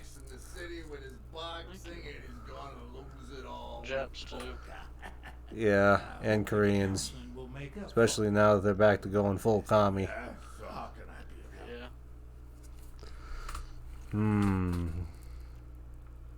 So there's this one kid. Having to compete with Wait, are you still recording? Yeah. Oh, never mind. You can go ahead. I don't mind. I'm not monetized anyway. Never mind.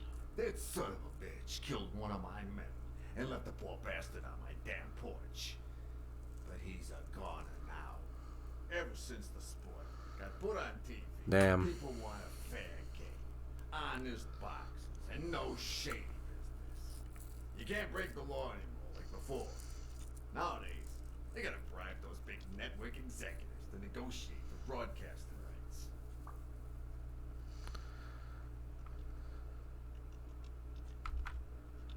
Homicidal boxers like Bobby Yale. Ha!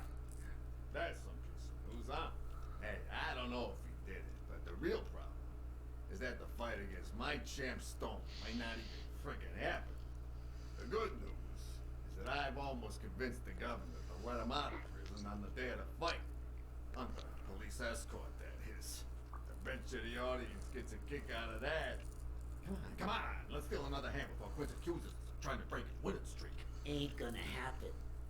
Gentlemen, I suggest you never tell your sons about this game unless you want to lose their respect. Wait, you mean our sons actually respect us? I hear you. There's no way to set boys straight these days. They don't even respond to a good old beating.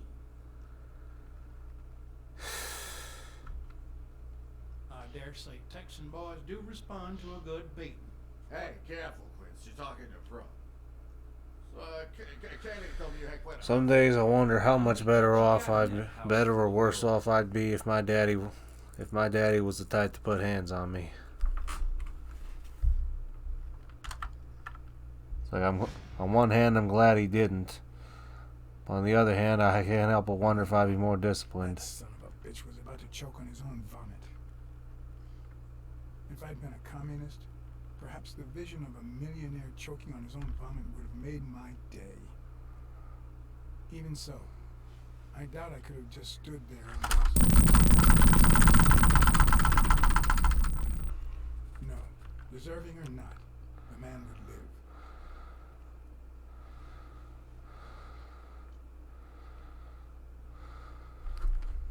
What do you got on you, partner?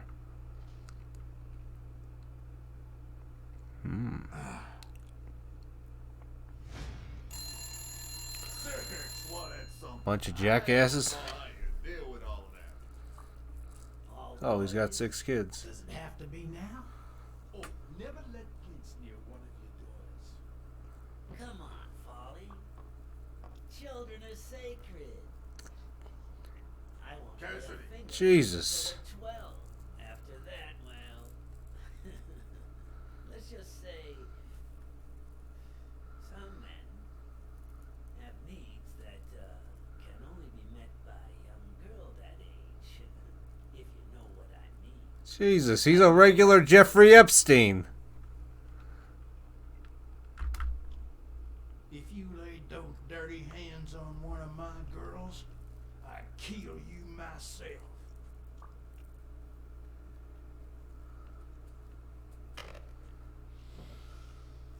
Now, what if that lovely 12-year-old girl was your sweet little niece, or my cousin Mike's niece? Oh, yes. Please tell me we're shooting this dude. She disappeared a while back.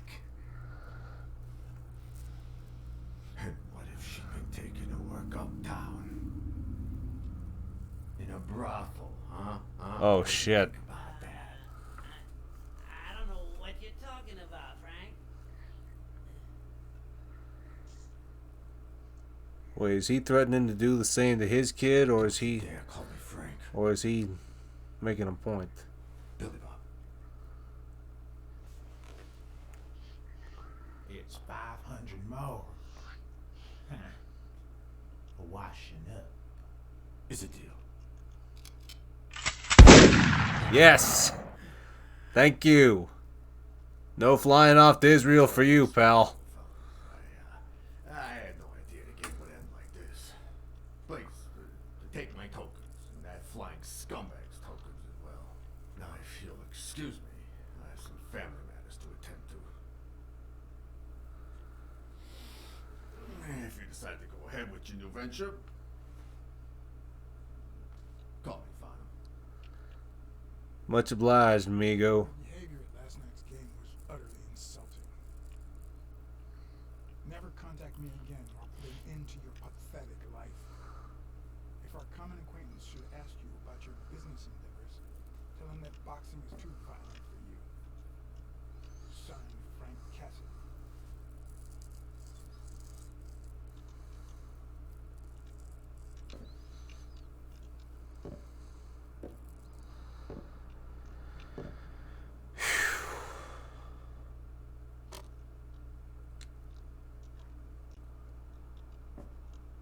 My own tracks would be covered the following morning when Cassidy read this note from Farnham. Dear Mr. Cassidy, though I'm grateful for your kind help, last night's game made me realize that boxing is just too violent for a peaceful Texan like myself. I have decided to invest elsewhere. Yours sincerely, Howard M. Farnham II. Damn Texans.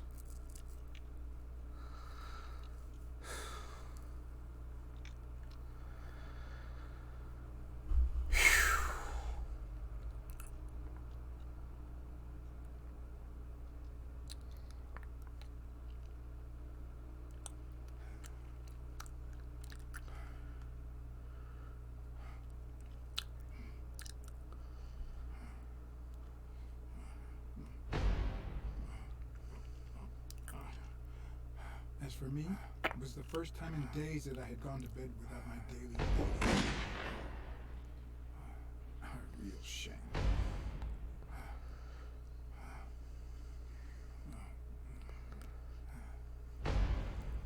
Nothing like a bruised body to help you to sleep like a baby.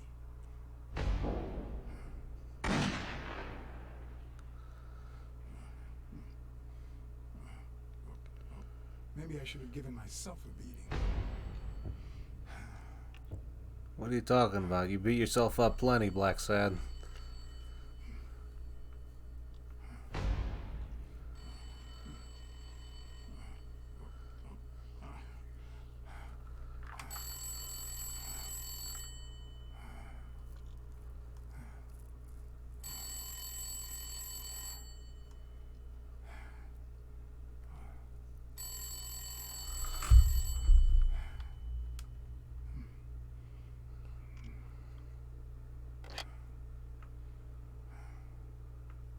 Blacksad. I need you at the gym now, please.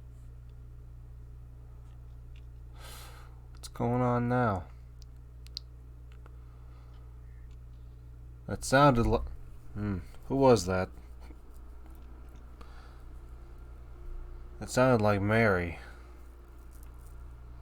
But it's more nasally. Maybe it was a new cleaning lady? Then how would she have gotten my number?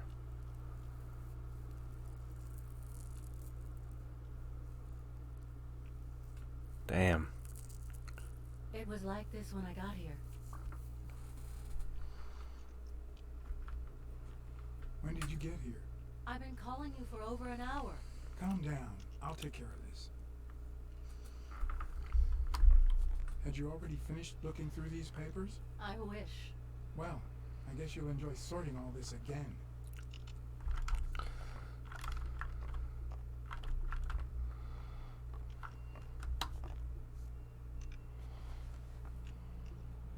Bingo. What is it? Nothing. Just a freshly signed contract. Yeah, we can compare that footprint to somebody else.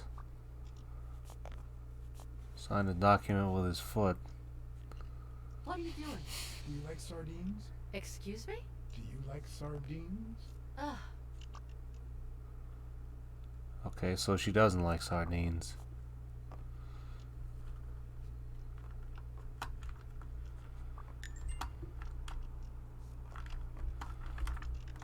Okay, then let's see what we got going here.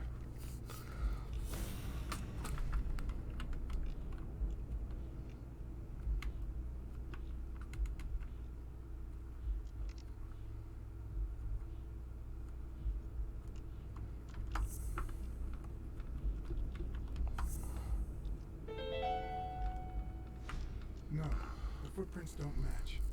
Or if O'Leary killed Dunn, he did it without stepping in the paint, or in different shoes. Okay. So it's not O'Leary either. What else have we got?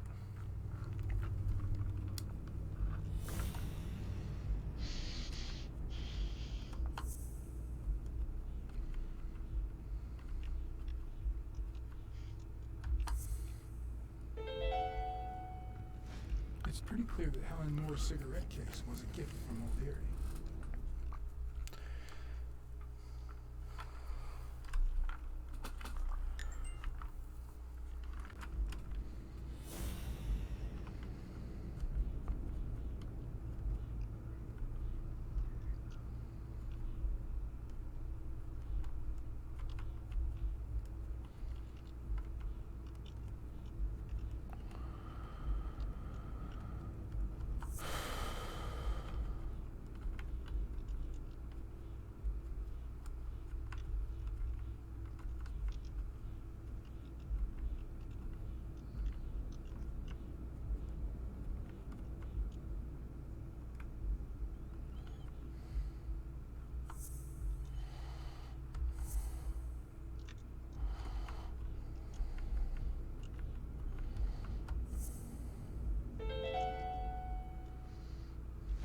It looks like O'Leary has rigged the fight between Stone and Yale. Oh, that would explain why he's betting so much on it.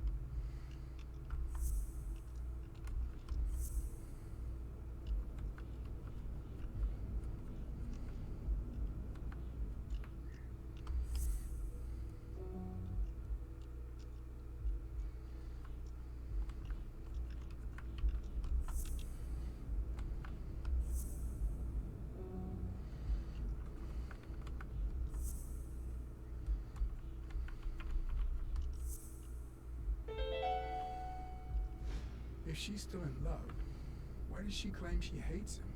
What is she hiding?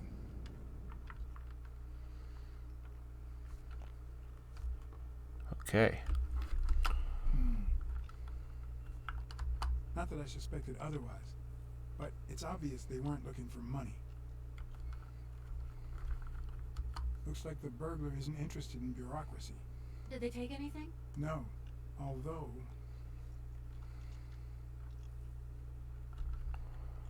When you went in the hospital room to get your purse, did you get the gun as well? Yes. Isn't it there? I put it back.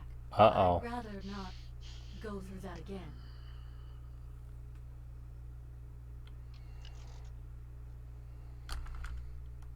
That's too bad. It looks like they took it. I'll believe you for now. Don't make me regret it. Don't make me regret it.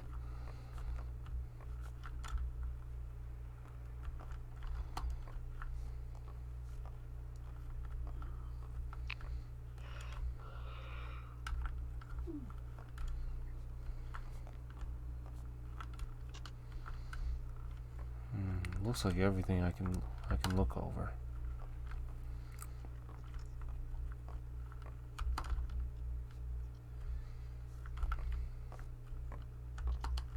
I'm not gonna get off for the night. Alright, man. I'll be off tomorrow at after 5. Alright, I'm gonna be leaving at around 5, so. Alright. Don't worry about it, man. See you when I see you. Yeah. Appreciate it, man. God bless you.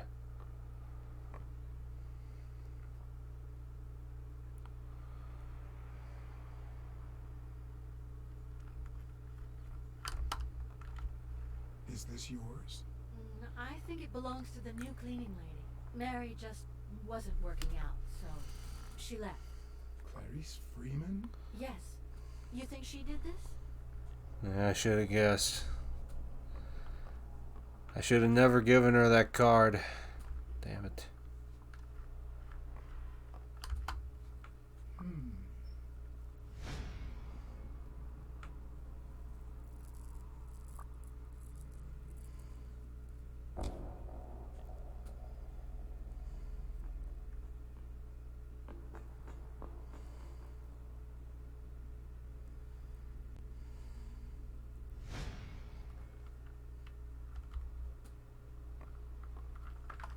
Piece of jean fabric.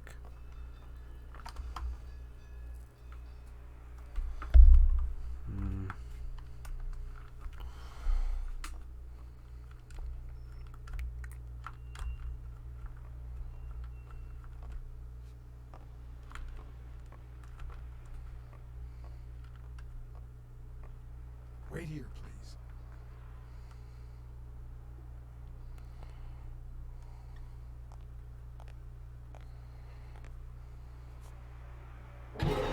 Oh shit.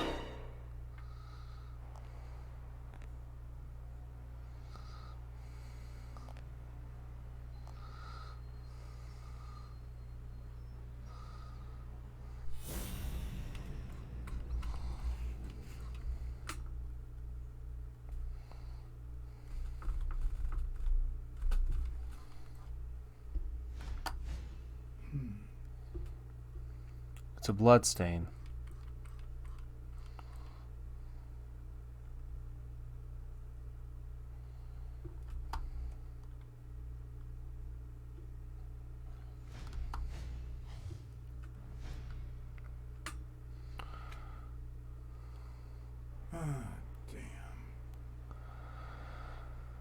Oh, Lord. She had a family.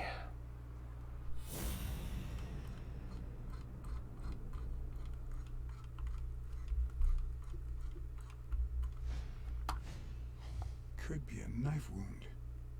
The murder was brutal.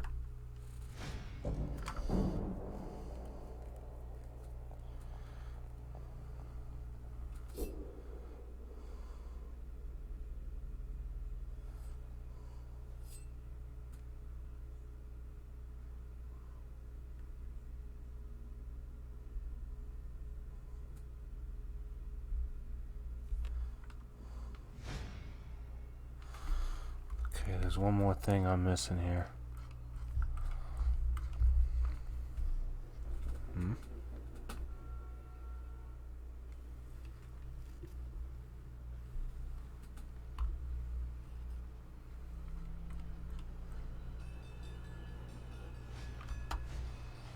I can just picture her saying, "Honey, I found a job. We're finally gonna make ends meet."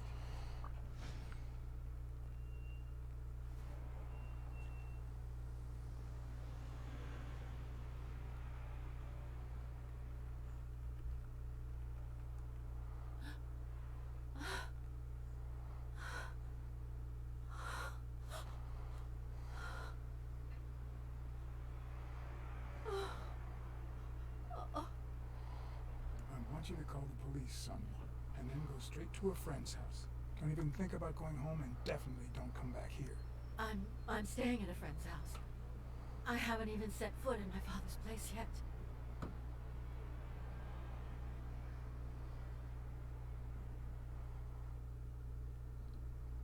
Good. Do you have the keys? If the murderer didn't find what he was looking for, that might be his next stop, if he hasn't been there yet.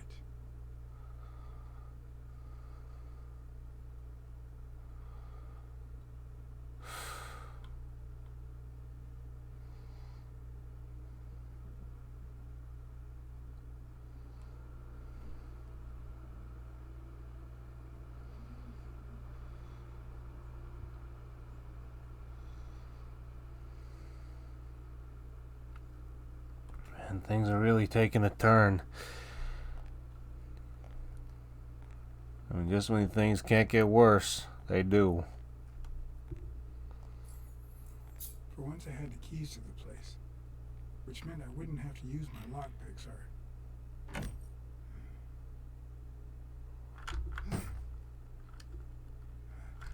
Oh.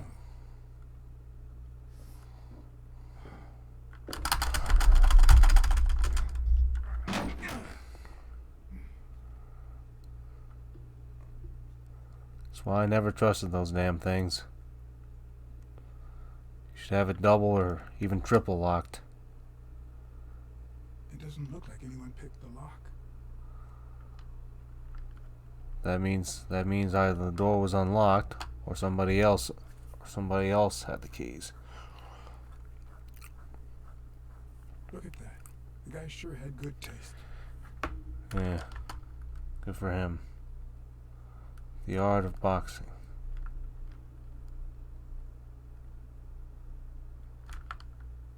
I see more art in a boxer's hypnotizing footwork than in certain modern paintings.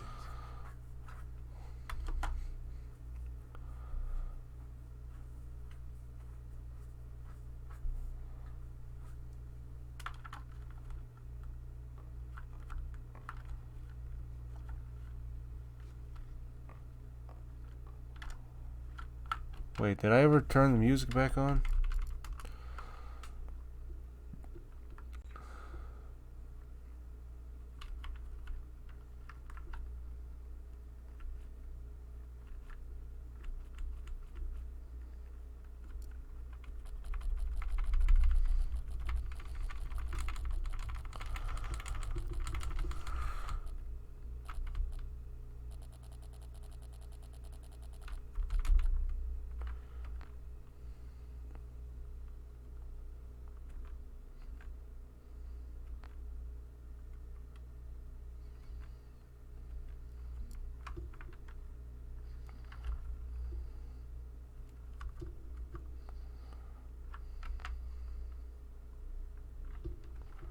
There we go.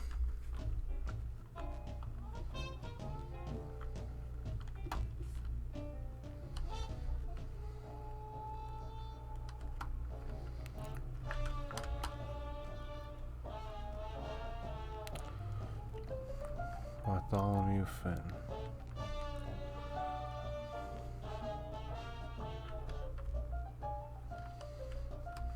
Looks like Dunn had already begun to move his things.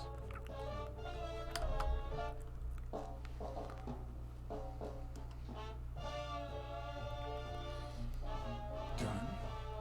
Thorpe? No idea. These two.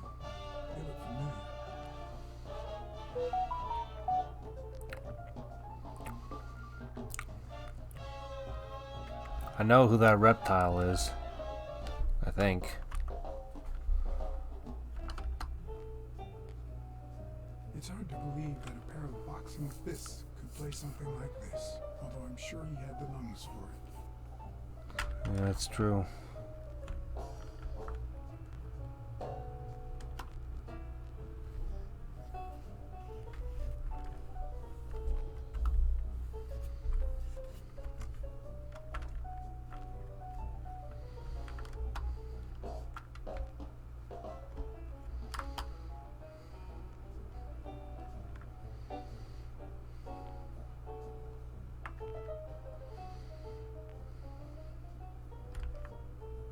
I seem to recall Fitz Randolph being a boxer, but who knows?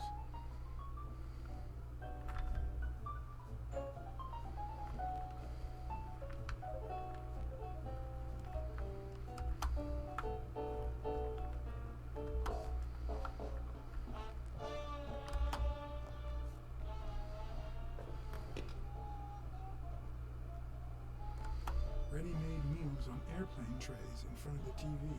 Who would have thought we'd end up eating like this? These days, that stuff's fine dining compared to what we eat now. He died 4 days ago, and that lettuce still looks okay.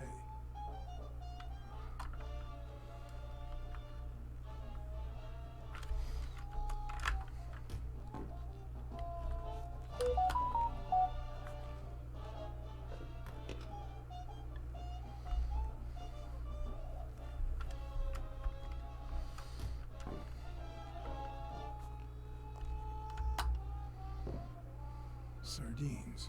It's been open for a few hours. Hello.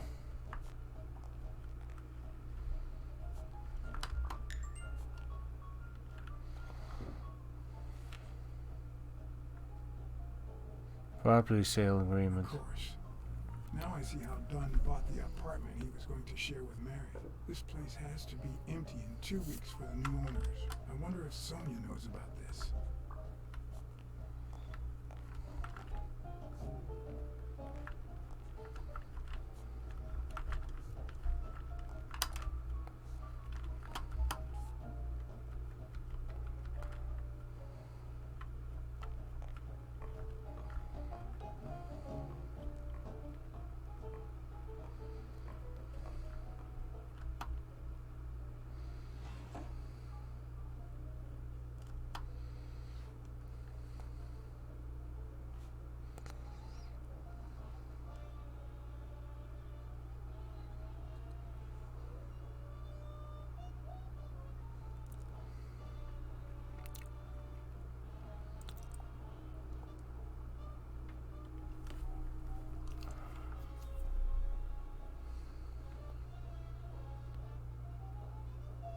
This is too private.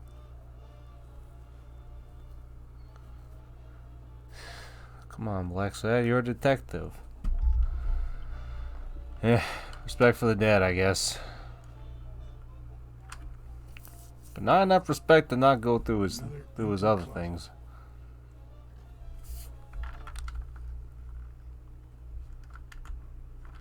Then again, that's probably the pot calling the kettle black.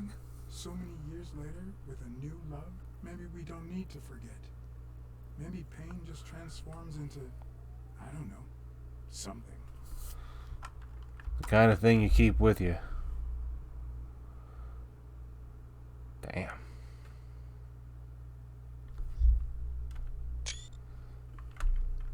Could have fooled me.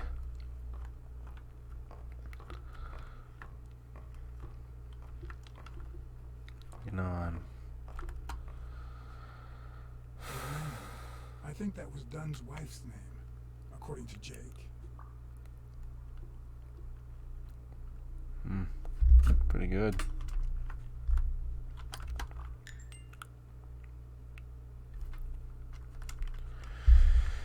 You know, that reminds me of a time my mom, she brought me a birthday cake for I think my 18th birthday, or maybe it was my 17th. Oh, someone was in here, all right. Is this how he got in? Anyway, you know, it was late at night. I was I was still in high school, youth group. I was just getting out. I was having a fellowship with my guys. And, waiting for me in the car with her. It was a birthday cake, fresh from Costco. Wow. Could Dunn really afford such luxuries? Or did he only want to impress Mary? I called her the best mom in the world.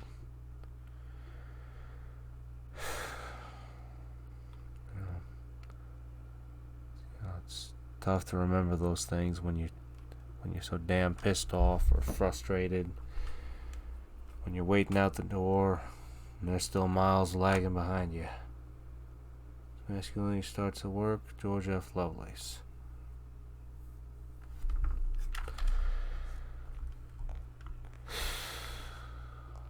I don't know, it sounds like some kind of... I don't know. These days you can't trust nothing.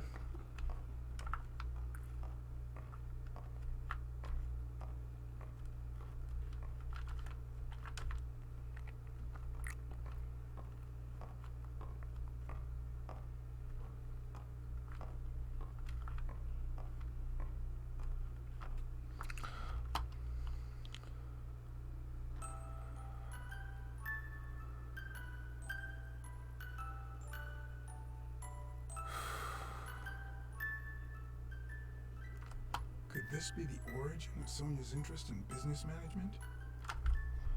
This was Sonia's room.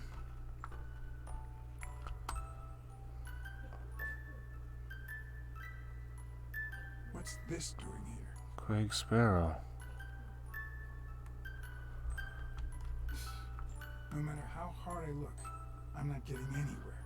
What the hell was the burglar looking for? And most importantly, did he find it?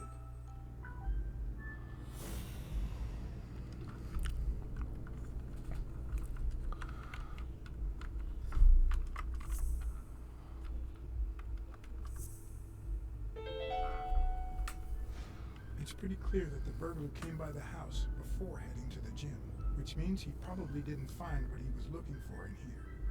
I need to talk with Sonia, and maybe with her Uncle Tim. Yeah.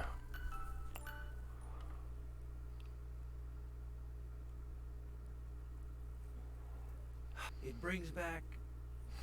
I don't know. Good memories? An optimist, are we? It's like remembering the last day of summer. Scenes full of joy, picturesque landscapes, and yet the light is faint and the air is still. The calm before the storm. I know that feeling. I figured that much. I can see it in your eyes. We met in the army. We were all professional athletes. They called us the Olympic Five.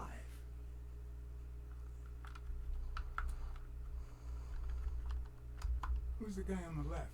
Ah, Viktor Sukovsky, the athlete. You've probably heard of his medals. Strange they let a Russian do with a Russian origin, serve in the war when they were fighting. Well, actually, I guess Britain was fighting the Russians. The Americans were fighting the Germans. Hey, isn't that Craig Spano? The guy on the Morley's billboards? Yes, indeed. Our captain. He was the oldest, after all, and star of the New York Warriors. He was an orphan, you know. But he loved the sport so much that he said baseball was his family. Who's the guy on the right? Angus Mitchell, our combat medic, and a doctor with the New York Warriors, which is how he met Spanow. It was Spanow who got him assigned to our platoon. Was Dunn already boxing? Yes, he was. I had already seen him fight before I even met him. He was as humble in the ring as he was in life. He'd always let his rivals take the initiative. I remember how he barely dodged the blows. If you didn't look at his feet, it seemed like he wasn't even moving. And the footwork, pure dancing. You could almost hear the music. The song would play until his opponent was exhausted. Then came the drum roll, followed by Dunn's victory by KO. So he was basically Little Mac then. Alright. Makes sense. What about you? I had just signed with the Milestones. I hadn't even played my first game, but people said I had a bright future ahead of me. But the war got in the way of that bright future. Huh? No, I made it big when I came back.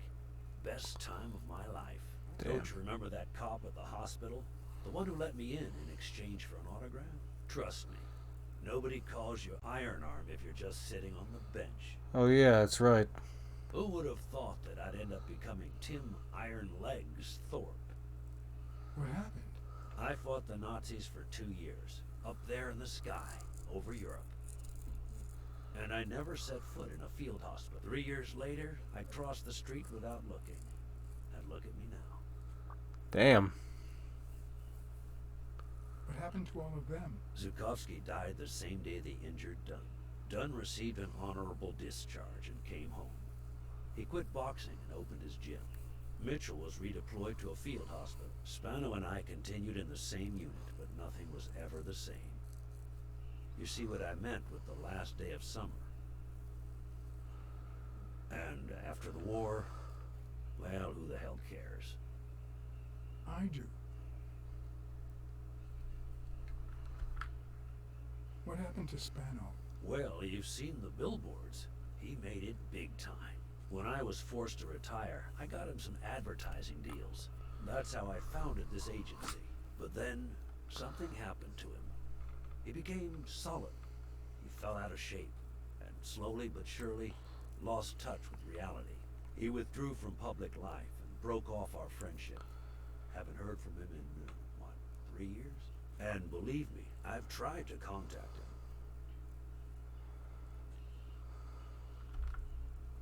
What happened to Mitchell after the war? Mitchell? Who knows?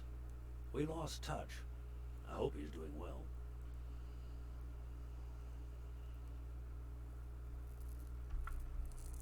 I think I saw Mitchell not too long ago, but I can't remember where. Seriously? Please try to remember. I'd love to hear from him again. I'll do my best. You think Spano might have been involved in Dunn's death? Spano? No way. He and Dunn were always... Well, Spano's changed so much that it's hard to say. Allow me to double your wage. You have to find the murderer. Maybe Dunn stayed in touch with Mitchell or Spano. Maybe even with both. But he never told me anything. Maybe Sonia knows. I doubt it. But that's not the only question I've got for her. May I?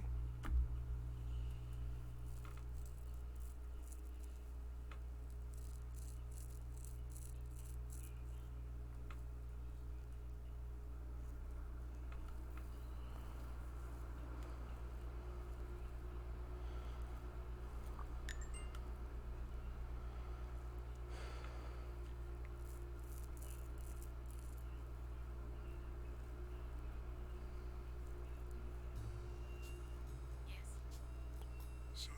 No, she's not here. Who's calling? Where is she?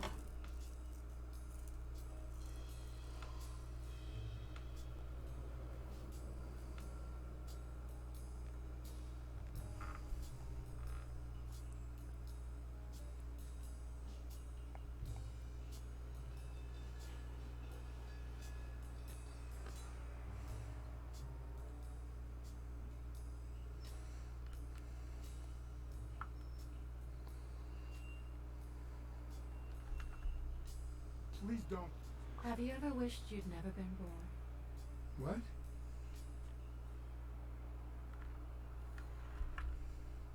Yeah, sometimes. Then we're both in the same boat. First time was right after moving to New York. I hated my mother. She was the reason we moved from the countryside and the smell of freshly mowed grass to this dirty city and the smell of medicine. Her medicine. The second time was after she died. I hated myself for having hated her before, for not having loved her enough. The third time was when my father shut himself off. I hated him for that, for for abandoning me, for giving in to the booze. Now he's dead, so take a guess.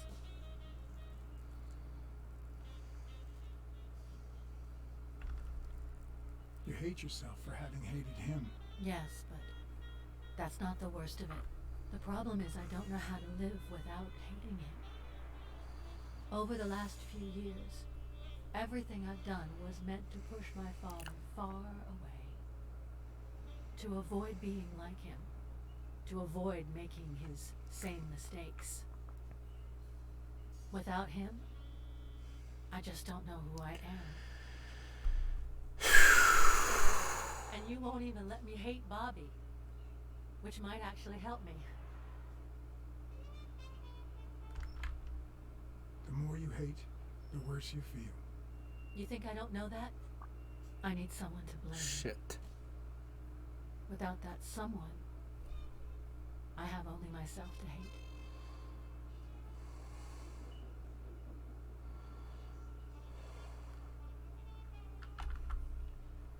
I'll find the person who did this. I promise. Let me have my doubts. Although, you've already come so far. I'm sorry I haven't been a little more grateful. In any case, you shouldn't hate yourself. You are... No, you have such good qualities. You're kind, smart, and beautiful. Are you really trying to flatter me now? No, seriously, I didn't mean to... Sorry. Fuck. Anyway, can we just drop the subject? Did you go to my father's apartment? Yes. The thief went there before coming to the gym, which leads me to believe he didn't find what he was looking for. And what was he looking for? That's what I intend to find out, with your help.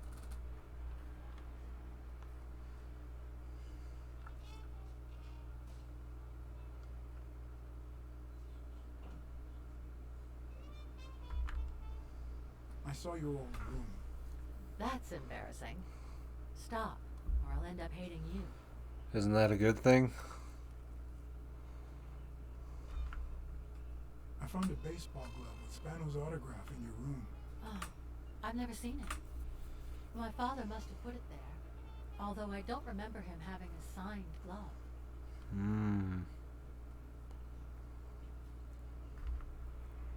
It's odd that there are practically no toys or memories of your childhood in the room, except for a small music box. That box? It might just be my last happy memory.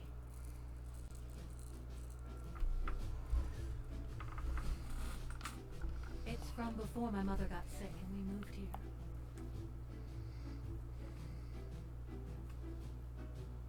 I love reading stories about pirates. Odd thing for a girl, but, you know. My father drew a treasure map for me. You know.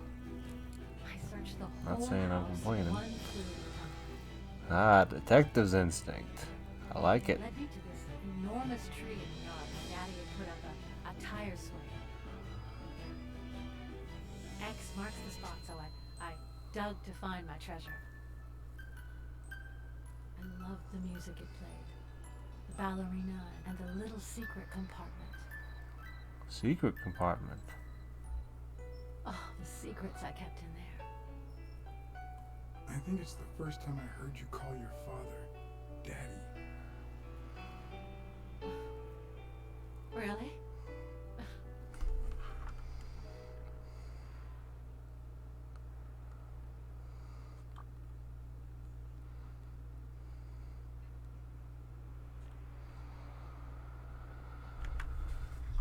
Did the abacus inspire you to dabble in finances? The most useful gift anybody has ever given me.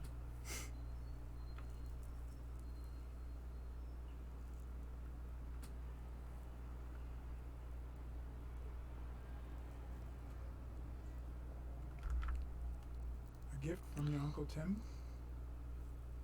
He used to say that in this day and age, a woman should know how to count. My father didn't agree, but he didn't oppose it either. People thought he was a liberal because of his attitude towards racial issues. But at home, things were different. I'm also a fan of Frank Papalia. Oh, yeah, the poster. I only liked him because my father thought he was too modern.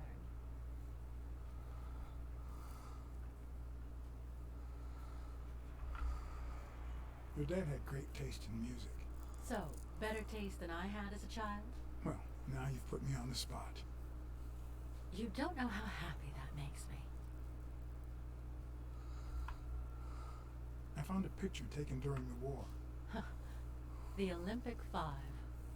Did you meet any of them, besides your father and uncle? Well, Uncle Tim actually isn't my uncle. Adoptive, He right. and my father loved each other like brothers. Did he tell you that he saved his life?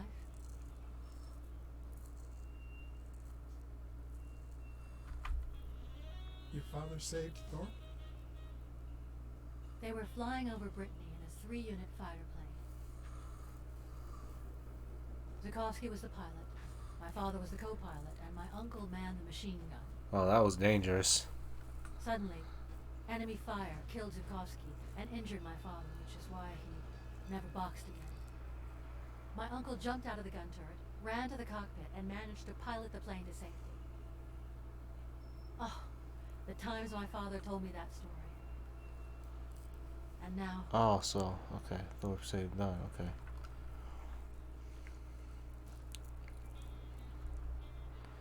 You still have your uncle. Yes, I guess you're right. Maybe he can also save me.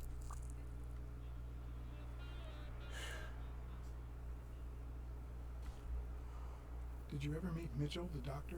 Mitchell? The lizard? No, never. Why? Oh, nothing. I think I've seen him somewhere. Did you ever meet Spano? What can you tell me about him? I think I saw him once, but I was just a little girl. I think my uncle turned him into a star. It was a long time ago. Are you cold? A little. Maybe I should go.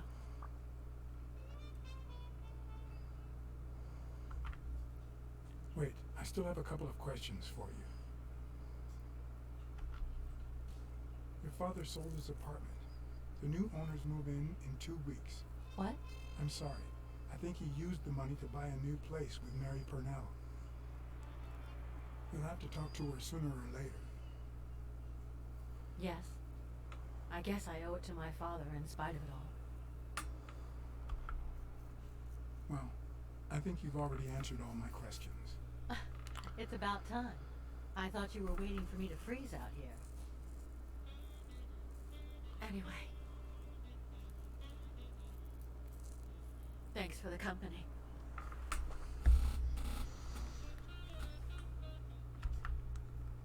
Sonia, thank you. Aren't you coming? Yeah. I knew I was looking at a solution. But what exactly needed solving?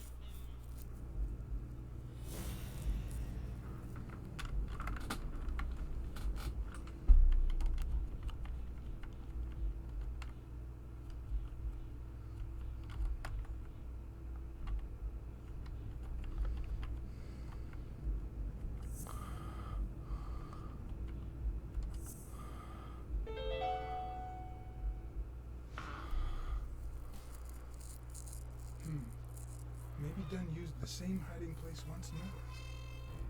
Hello.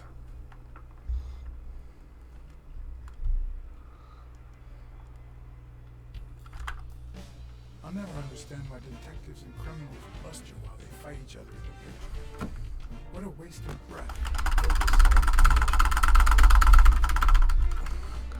Shit.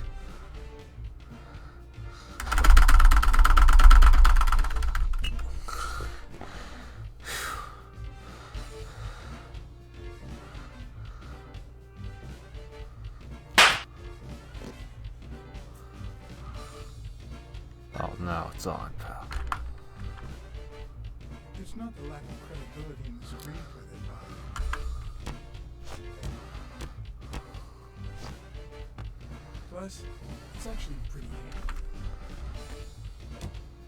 And of crook talks to you in the middle of a fight, you know you're up against a rookie.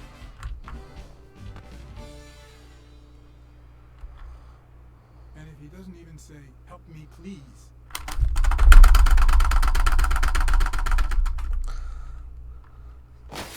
Oof. That's gotta hurt.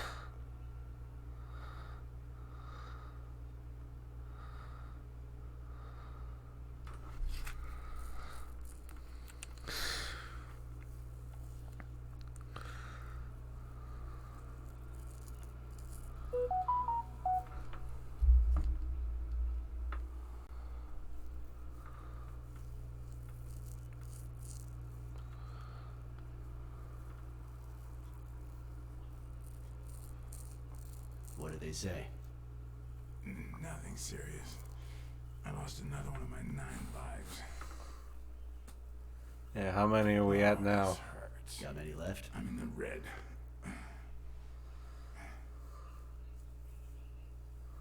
He hasn't woken up yet? Nope. We're gonna be here a while. Vulpine, 7 letters.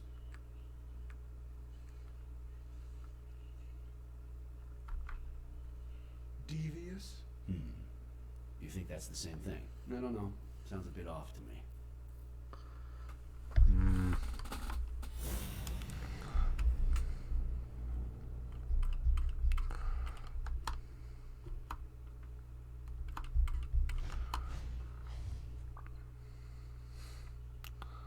Hello. Think we found our burglar.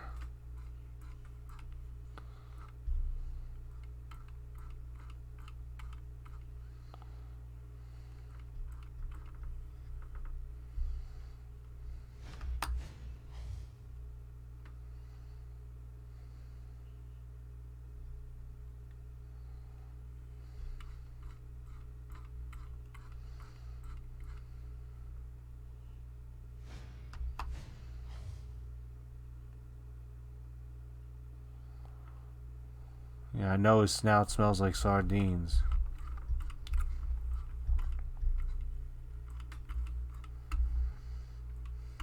Hello.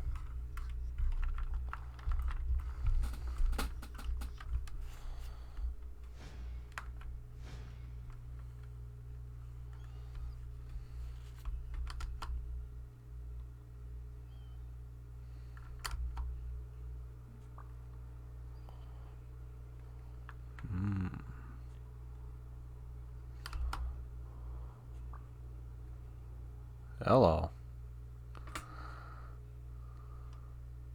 Wait, I know. Vulpine, 7 letters. Cunning.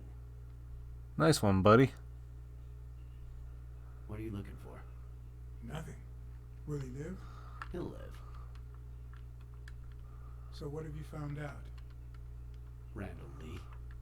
Apparently in love with our penitentiary system, judging by the frequency of his visits.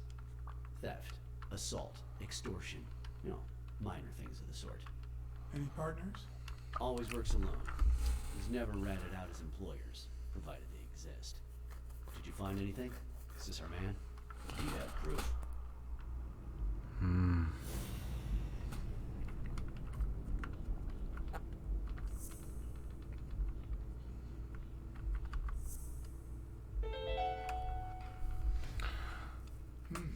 Looks like we know who tore his pants following Clarice Freeman up to the rooftop.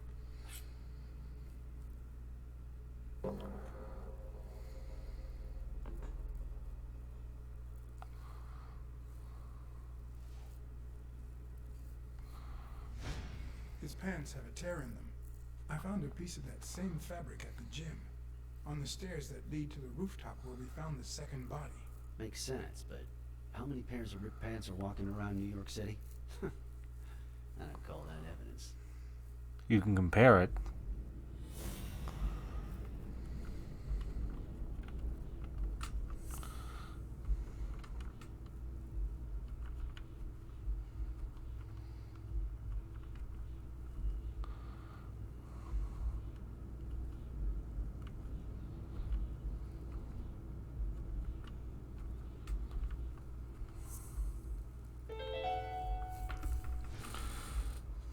guy who broke into the gym in Dunn's place has a thing for sardines. Did you smell his breath? Right. Because there's only one sardine fanatic on this side of the Hudson. I need something more. Hey, you're really twisting my balls, buddy. This is the thanks I get for not cutting off yours.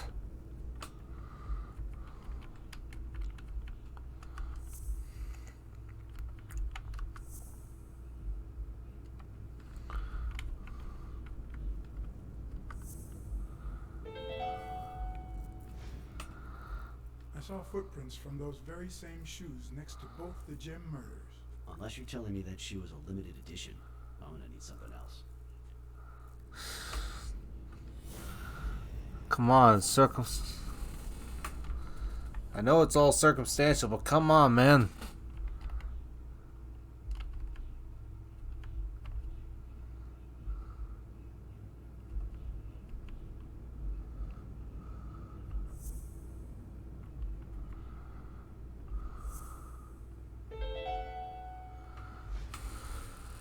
One of the thugs that attacked me the other night had a snout just like his. I'm sorry, but you can't incriminate someone based solely on species. Oh, come on, buddy. It's the 50s. What more do you need? I've given you 4 pieces of evidence. None of which are conclusive. He tried to throw me off the rooftop. Check his knife. Right. I'm sorry. He's our man. No, he's not our man. Make up your mind. He's just a puppet. Someone is pulling his He strings. killed that housekeeper. Could it be Yale?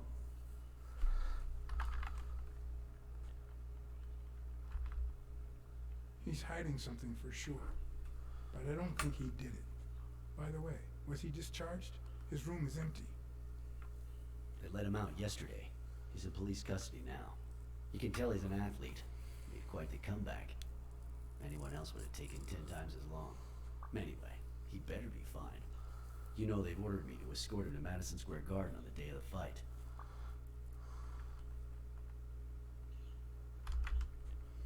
Yeah, I heard something of the sort. What have you heard? Frank Cassidy. He's friends with the governor. You don't say. I guess I shouldn't be surprised.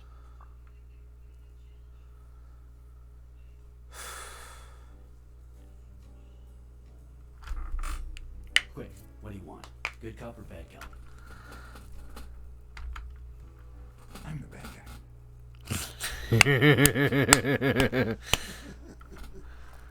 Good thing someone took out the trash. Good morning, Mr. Lee. I assume you're aware that you're about to be accused of murder, and that thanks to the witness testimonies of Mr. Blacksad and Miss Dunn, your future's not looking too good. Go to hell, you dog. If I choked you with a pillow, nobody would know. You should already be dead. Blacksad, stay out of this. Remember who's the cop here. Maybe we can offer you a deal. We know someone hired you to kill Joe Dunn and Clarice Freeman. What do you have to say? I'll call your bluff. You ain't got nothing.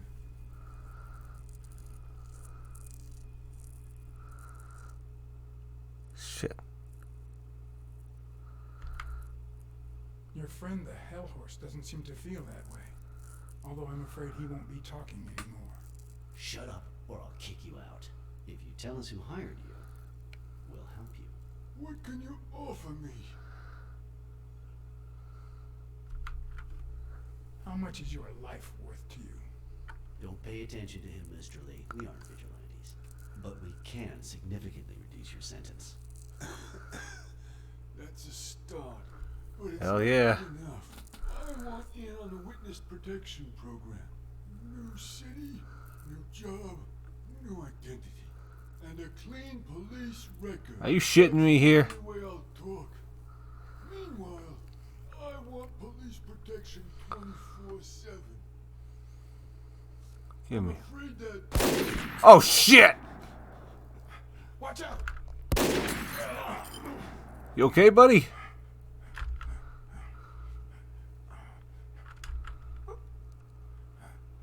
Oh fuck.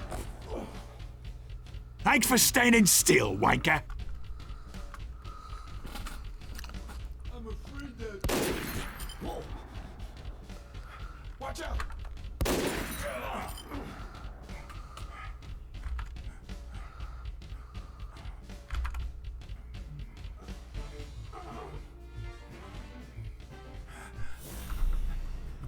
Where are you? Where are you, you bastard? I see you. I think.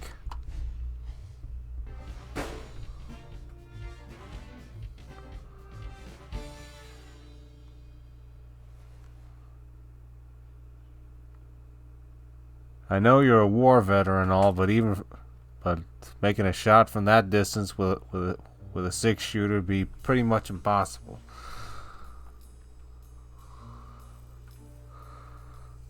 Luckily, Smirnov's wound wasn't as bad as Randall's. Unfortunately, the police found nothing on the nearby rooftops. Our best shot at finding the killer was gone, so I went back to my previous lead. Damn. Sorry, buddy. Or, no, wait. It's good.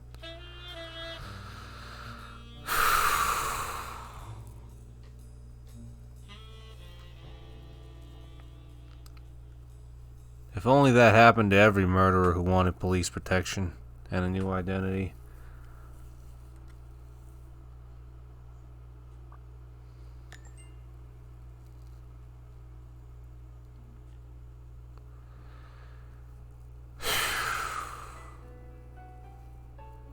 It's from before my mother got sick and we moved here. I loved reading stories about pirates, so my father drew a treasure map for me. I searched the whole house, one clue at a time. It led me to this enormous tree in the yard where Daddy had put up a tire swing.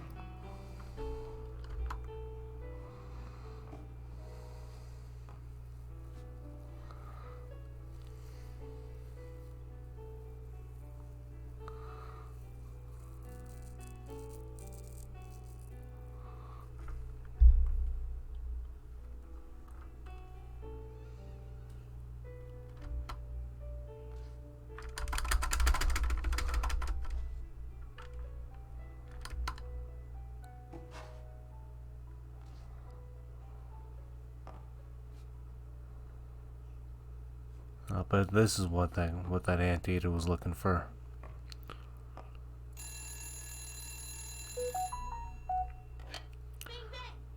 Hello, Smirnoff residence. You're dead. No, I got you with my lasso. Can you quiet down, kids? Dunn got killed for stirring the hornet's nest. And you confessed your crime. Kids, please. He'd been investigating athletes for months, including Helen Moore and Elle Stone, among others. Dunn's notes aren't all that clear, and I'm not sure what he was after. But I'd say we're facing a widespread corruption case. Well, if you're right, that could be some dangerous evidence. Bring it here ASAP. Sure, but there's something important that I need to finish first. What could be more important than that?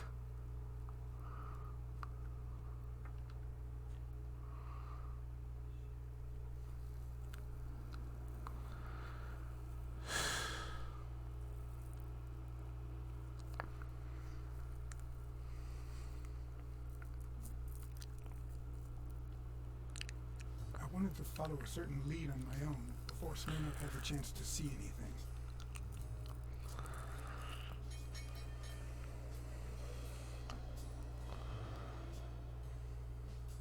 According to his notebook, Dunn had seen Craig Spano at Sam's Diner just 4 days before his death.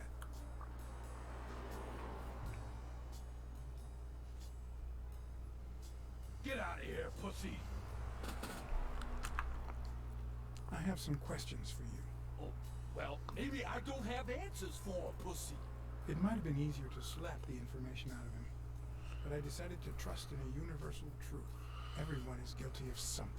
You don't know who I am, right? Don't know and don't care.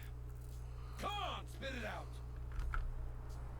I'm John H. Blackmore, Public Health Inspector. Oh, yeah, right. There are some real freaks around here, so I have to be firm, you know? Have you eaten? Dinner's on the house. After you answer my questions. Sure, go ahead. Your call. Always at your disposal, Inspector. Ask away. How the hell does he not recognize me? Soft and made him talk. Sure enough, Dunn had been there a few days back with the chimpanzee who matched Spano's description. Apparently, the guy still lived with his father. Damn. Guy'd have to be old. The guy would have to be old. Stay there a day more. For the time being, he would move into his place. Wait a minute. What does public health services have to do with that chimp?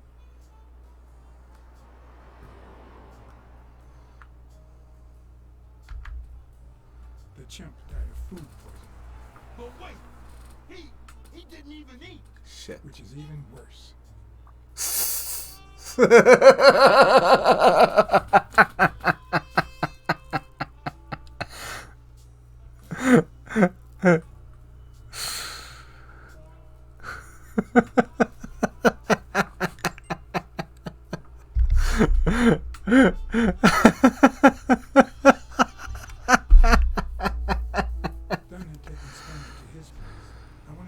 You're a master bullshitter, Blacksad.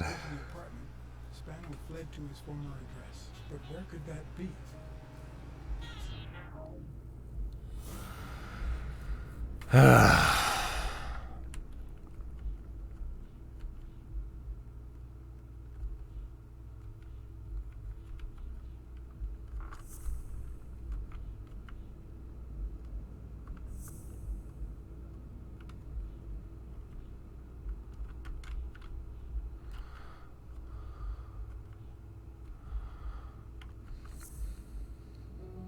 No? Okay.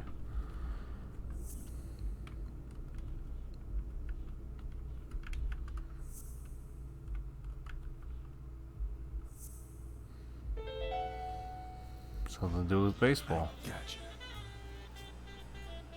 No idea how it's connected to baseball, but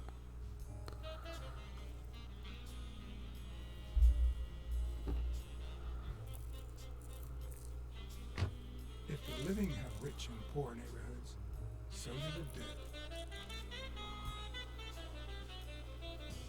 oh. In the mid-19th century, Greenwood became the resting place to the city's most distinguished citizens. Thinkers, scientists, writers, inventors, artists, businessmen, politicians, police officers, thieves, pimps, and murderers.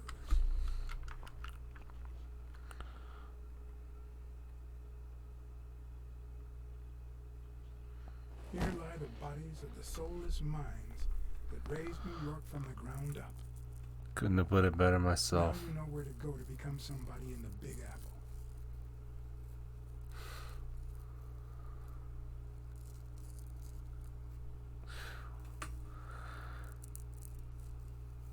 Yeah, if we're considering their afterlives, I think I'd rather stay a nobody.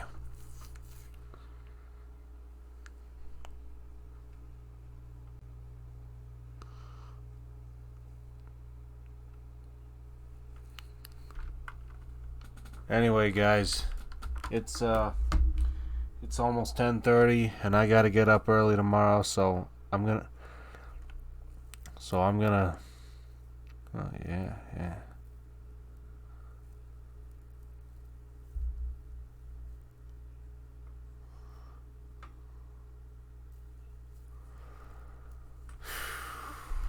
I think I'm gonna end it here for now.